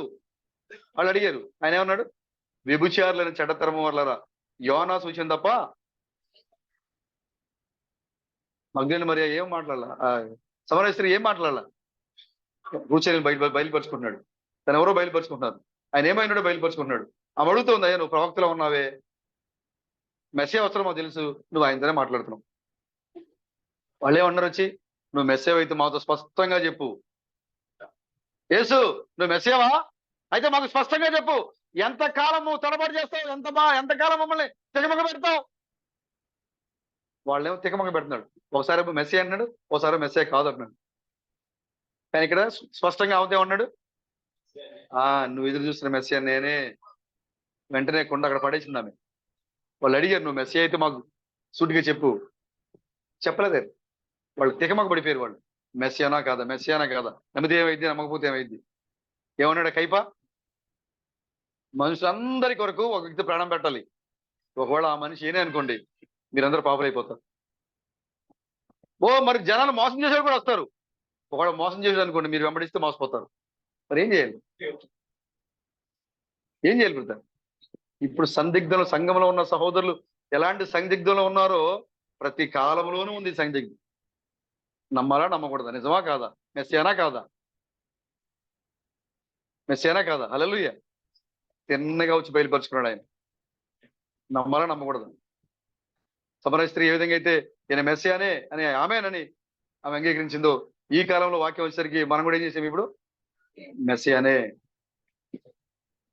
వాడు మొన్న ఒక ఆయన అడుగుతున్నాడు, నీకు దేవుడు ఎవరో తెలియాలంటే నువ్వు మోకరించి ప్రార్థన చేయాలండి. ఉపవాసం ఉండి ప్రార్థన చేస్తే దేవుడు ఎవరో నీకు అర్థమైపోద్ది. నీ మోకాలు చెప్పి అరిగిపోయితే ప్రార్థన చేసినా కూడా దేవుడు ఎవరో నీకు తెలియదు. తండ్రి ఆకర్షించే తప్ప, తండ్రి బయలుపరుచుకుంటే తప్ప దేవుడు నువ్వు పట్టుకోలేవు. నువ్వు మోకరించి నువ్వు చనిపోయేదాకా ఉపవాసం ఉన్నా సరే నీకు దేవుడు ఎవరు దేవుడిని పట్టుకోలేవు. నువ్వు నీకు అర్థం కాదు. దేవుడు తను ఎవరికైతే బయలుపరచుకోవాలనుకుంటున్నాడో వారికే ఆయన బయలుపరుచుకుంటాడు. ఆయన మిగిలిన వాళ్ళు ఎంత ఉపవాస ప్రార్థనలు చేసినా కూడా బయలుపరచుకోలేరు. వాళ్ళకి అర్థం కాదు, బయలుపరచుకోడు దేవుడు. చూడండి, సాల్మన్ బ్రదర్కి ఎందుకు మ్యాపే చూపించారు, అర్థమైపోయింది ఆయనకి. ఆయన ఈ కాల సమరయ స్త్రీ. ఆయన పాపంలో, వ్యభిచారంలో, దుర్లోకంలో, ఇక లోక సంబంధమైన కార్యాలు మనం మునిగిపోయినాము. ఎప్పుడైతే ఆ యొక్క వాక్యము రక్త మాంసాలతో మన దగ్గరికి వచ్చిందని మనం వింటున్నామో, మనం ఏం చేసాము? గంటల ప్రసంగాలు చేయలేము మన దగ్గర. ఆయన ఏమై ఉన్నాడో సూచన చూపించాడు, మెస్సయ సూచన చూపించాడు ఆయన. వెంటనే ఆమె ఏమైంది? ఈయన మెస్సే కాడా అని పరిగెట్టింది ఆమె. ఇప్పుడు ఎవరైతే సంఘంలో ఉన్నారో అలాగే వాళ్ళకి గంటల ప్రసంగాలు అవసరంలా. ఎప్పుడైతే ఆ గడికి సంబంధించిన వాక్యాన్ని వాళ్ళ ముందు బయలుపరచబడుతూ ఉంటుందో వాళ్ళు ఏం చేస్తారు? వాళ్ళు వెంటనే ఆ సమరయ స్త్రీలు లేచి పరిగెడతారు. ఒకవేళ ఇంకా ఏదన్నా తెలుసుకోవాల్సిందంటే నాలాగే కల్లాకొచ్చి మాట్లాడతాను. నేను సాల్మన్ బ్రదర్లాగా నేను తీసుకోలే, నాకు టైం పట్టింది. నేను ప్రభుని అడిగా, ప్రభు ఇదేంటి, ఏం పరిస్థితి, నేను ఎలా నమ్మాలి? ఇదే సూటు, ఇదే కళ్ళజోడు, ఇదే రూపం, ఇదే నాకు కనపడింది. హల్లెలూయా. ఇదే సూట్ వేసుకుని వస్తున్నాడు నడుచుకుంటే. ఆయన తమిళ్లో మాట్లాడుకుంటూ వచ్చాడు. ఆయన మన వీధుల్లో ఎక్కడికి వచ్చి ప్రసంగం చేశాడు ఆయన. హల్లెలూయా. ఆయన ఆ యొక్క ప్రసంగం మధ్యలో జనాలు పేతురు తోసుకుంటూ వెళ్ళాడు, మధ్యలోకి వెళ్ళాడు కదా. ఆ పేతురు ఎలాగైతే తోసుకుంటూ లోపలికి వెళ్ళాడు, నతానీయులు ఎలాగైతే తోసుకుంటూ జనాల మధ్యలోకి వెళ్ళాడు, అప్పుడు యేసుక్రీస్తు ఏం చేస్తున్నాడు? అక్కడ ప్రసంగం చేస్తున్నాడు. అక్కడ చుట్టూ జనం నుంచి ఉన్నారు. అక్కడ నతానీయులు వచ్చేసరికి ఆ నతానీయులు ఏం చేశాడు? ప్లీజ్ దారి ఇవ్వండి అనుకుంటూ లోపలికి వెళ్ళాడు. ఆయన లోపలికి వెళ్ళే సమయానికి 30 సంవత్సరాలు యవనస్తుడు అక్కడ నిలబడి ప్రసంగం చేస్తున్నాడు. ఆయన ప్రసంగం చేస్తున్నప్పుడు ఎప్పుడైతే నతానీయులు వెళ్ళి ముందు నుంచి నిలబడ్డాడో, ప్రసంగం మధ్యలో ప్రసంగాన్ని కంటిన్యూ చేసుకుంటూ, ఇదిగో ఇతరండి కపటలేని వాడు. అప్పుడే వచ్చాడు లోపలికి ఆయన. నతానీయులు షాకు. కపటలేని ఇశ్రాయేలు నేనా? నా గురించి నీకు ఎక్కడ తెలుసు అన్నాడు ఆయన. నా గురించి నీకు ఎలా తెలుసు? నతానీయులు ప్రభువుని అడిగాడు. పిలుపు నేను చెట్టు మీద కూర్చున్నప్పుడు నేను పిలవక ముందే నువ్వు నాకు తెలిసాను. పిలుపు నిన్ను పిలవక మునిపే నువ్వు నాకు తెలిసిన నతానీయులు అన్నాడు ఆయన. అప్పుడు నతానీయులు, అప్పటి వరకు యోధా రబ్బీ వైపు చూసిన నతానీయులు ఇప్పుడు తిరిగాడు, ఇజ్రాయేల్ వైపు తిరిగాడు. నిజముగా ఇతను మెస్సియానే. ఒక్క సూచన. హల్లెలూయా. ఇప్పుడు నేను అలాగే, ఏంటి ఈ వాక్యం నిజమా కదా, ఈ నమ్మితే ఏమైపోద్ది, నమ్మపోతే ఏమైపోద్ది అని సందిగ్ధంలో ఉన్నప్పుడు అని చెప్తున్నాడు. ఆయన ప్రసంగం చేస్తున్నాడు. నేను ఎప్పుడైతే జనాలు చూసుకుంటూ లోపలికి వెళ్ళానో ఆయన చేయి చూపించాడు. రాజు, ఈ మెసేజ్ నిజము, నువ్వు దీన్ని అంగీకరించు, నువ్వు అపనమ్మకం ఉంచొద్దు. హల్లెలూయా. ఎందుకంటే అక్కడ నతానీయులతో మాట్లాడిన దేవుడు, పేతురుతో మాట్లాడిన దేవుడు, సమరయ స్త్రీతో మాట్లాడిన దేవుడు ఇప్పుడు ఇక్కడ రక్త మాంసాలతో వచ్చాడు మన దగ్గరికి. హల్లెలూయా. కాబట్టి మనకి మన మర్మాలు బయలుపరిచిన అవసరం లేదు. మనకి ఇక్కడ వాక్యం ఆ విధంగా ఉందా లేదా అని మనం జోడిని చూసినప్పుడు సరిపోతే మనం ఆమె చెప్తున్నాం. హల్లెలూయా. ఆ మిగతా వాళ్ళందరూ నెలల తరబడి, సంవత్సరాల తరబడి ఉపవాసం ఉన్న వాళ్ళకి అర్థం కాలే. కానీ ఒక్క మాట, నీ ముందు నిలబడిన వాడు మెస్సియానే అనే ఒక్క మాట సమరయ స్త్రీ యొక్క జీవితాన్ని మార్చేసింది. సమరయ పట్టణం మొత్తం పరిగెట్టింది ఆమె. నాతో మాట్లాడి ఈయన మెస్సియా కాడా, ఎందుకు కాడో చెప్పండి మాట్లాడి. వాళ్ళు తిరిగి సాక్ష్యం ఇచ్చారు. అమ్మా, నువ్వు చెప్పిన దానికంటే మేము చూసి మరీ ఎక్కువగా నమ్ముతున్నాము ఆయన మెస్సియానే. హల్లెలూయా. సమరయ స్త్రీ చెప్పిన మాట సమరయ పట్టణాన్ని మొత్తం మార్చేసింది. ఇప్పుడు ఈ యొక్క సమరయ స్త్రీ చెప్పిన మాట ఈ లోకం మొత్తం నమ్మబోతుంది. సామర్థ్యంతో క్రీస్తు కూడా మనం నిరూపించబోతున్నాము. ఇదిగో ఈ యొక్క 2,00,000 హృదయాలను చెప్పిన ఈయన మెస్సియా కాడా?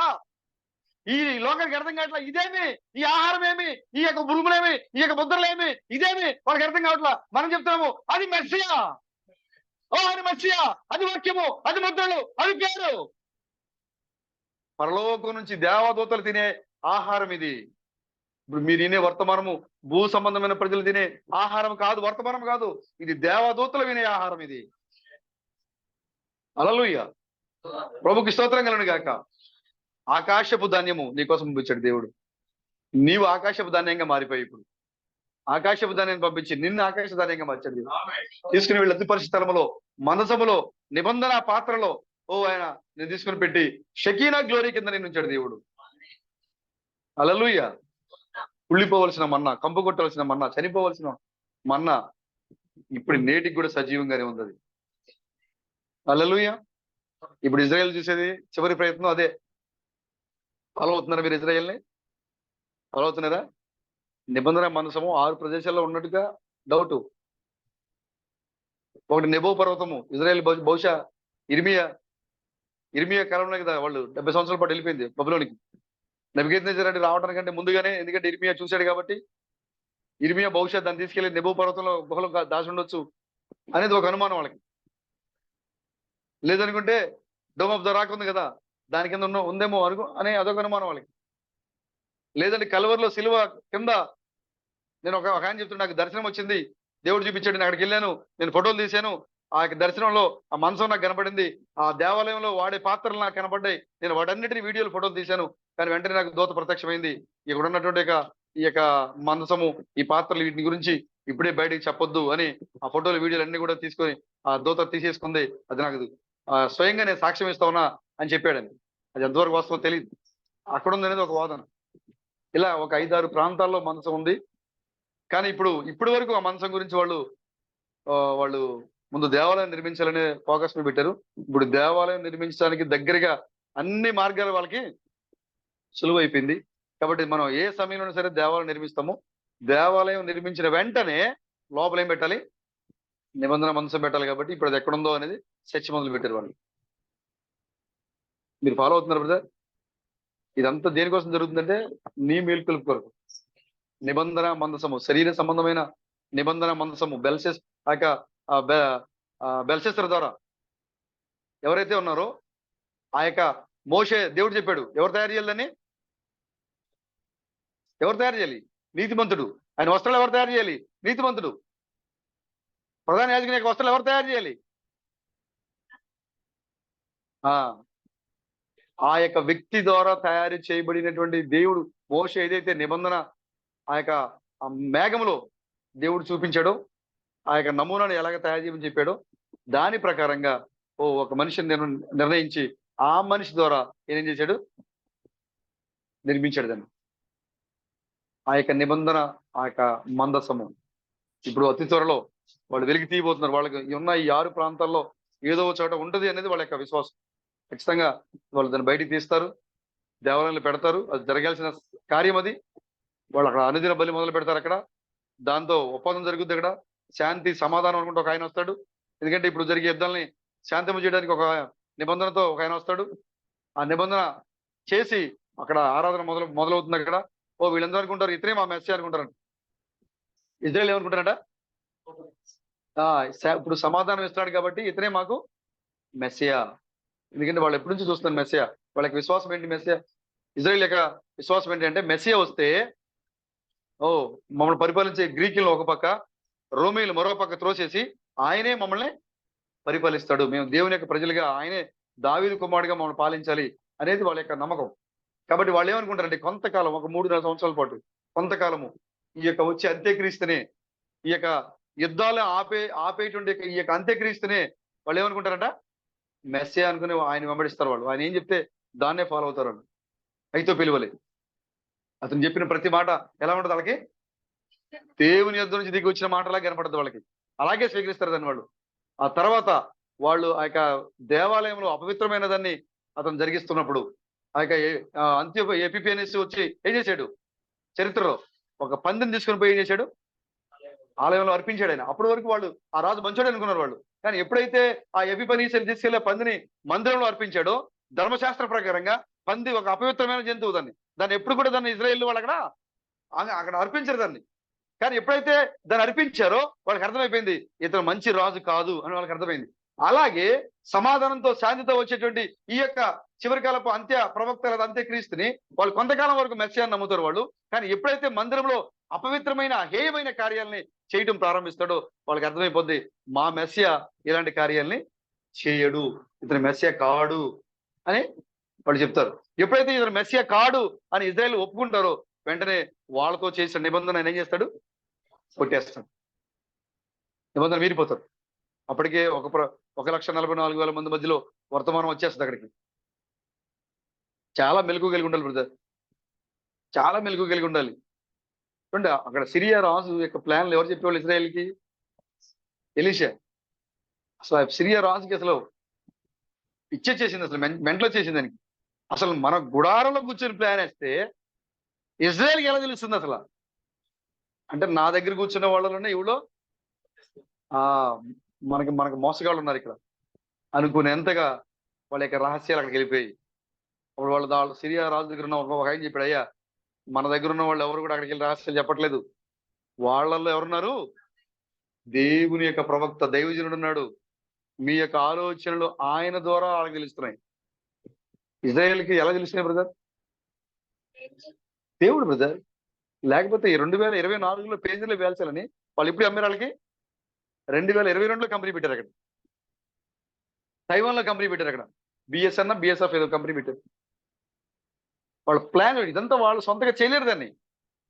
2 సంవత్సరాల ముందే ఆ కంపెనీ వీళ్ళ పేజీలు మొబైల్ అని వాళ్ళ హిజ్బుల్లా యొక్క చీఫ్ చెప్పాడు, మీ మొబైల్స్ అన్ని కూడా మీరు వాడొద్దు, మీ మొబైల్స్ మీ ఇంట్లో ఉన్న మొబైల్స్ అన్ని కూడా కట్టకట్టి గొయ్యి తీసి గోతులో పెట్టమని చెప్పి.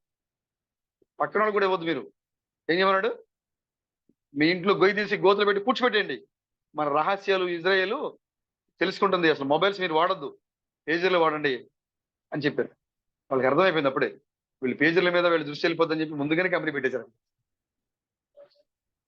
ఇంకొక ఆపరేషన్ కొత్తగా ఇరాన్లో టర్కీలో ఉన్న ఒక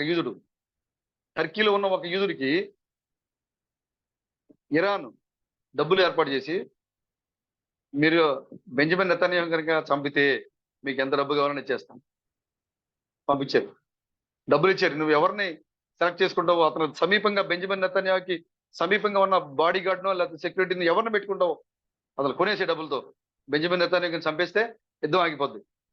ఎంత ఎంత ఎంత ప్రచండమైన యుద్ధం జరగదు అక్కడ ఆయన చచ్చిపోతే. కాబట్టి చంపమని సిద్ధం చేశారు. చాలా సీక్రెట్, అసలు ఎవరికీ తెలియదు.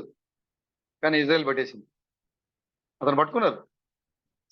కారణం ఏంటంటే వాళ్ళు మేల్కొంటున్నారు. వాళ్ళు వాక్యము వాళ్ళ మధ్యలో మరి పనిచేయడం మొదలు పెట్టింది. అక్కడ ఒక చెట్టు ఏ విధంగా అయితే నరికిన తర్వాత, ఒక కొమ్మ నరికిన తర్వాత అది వెంటనే వాడిపోదు.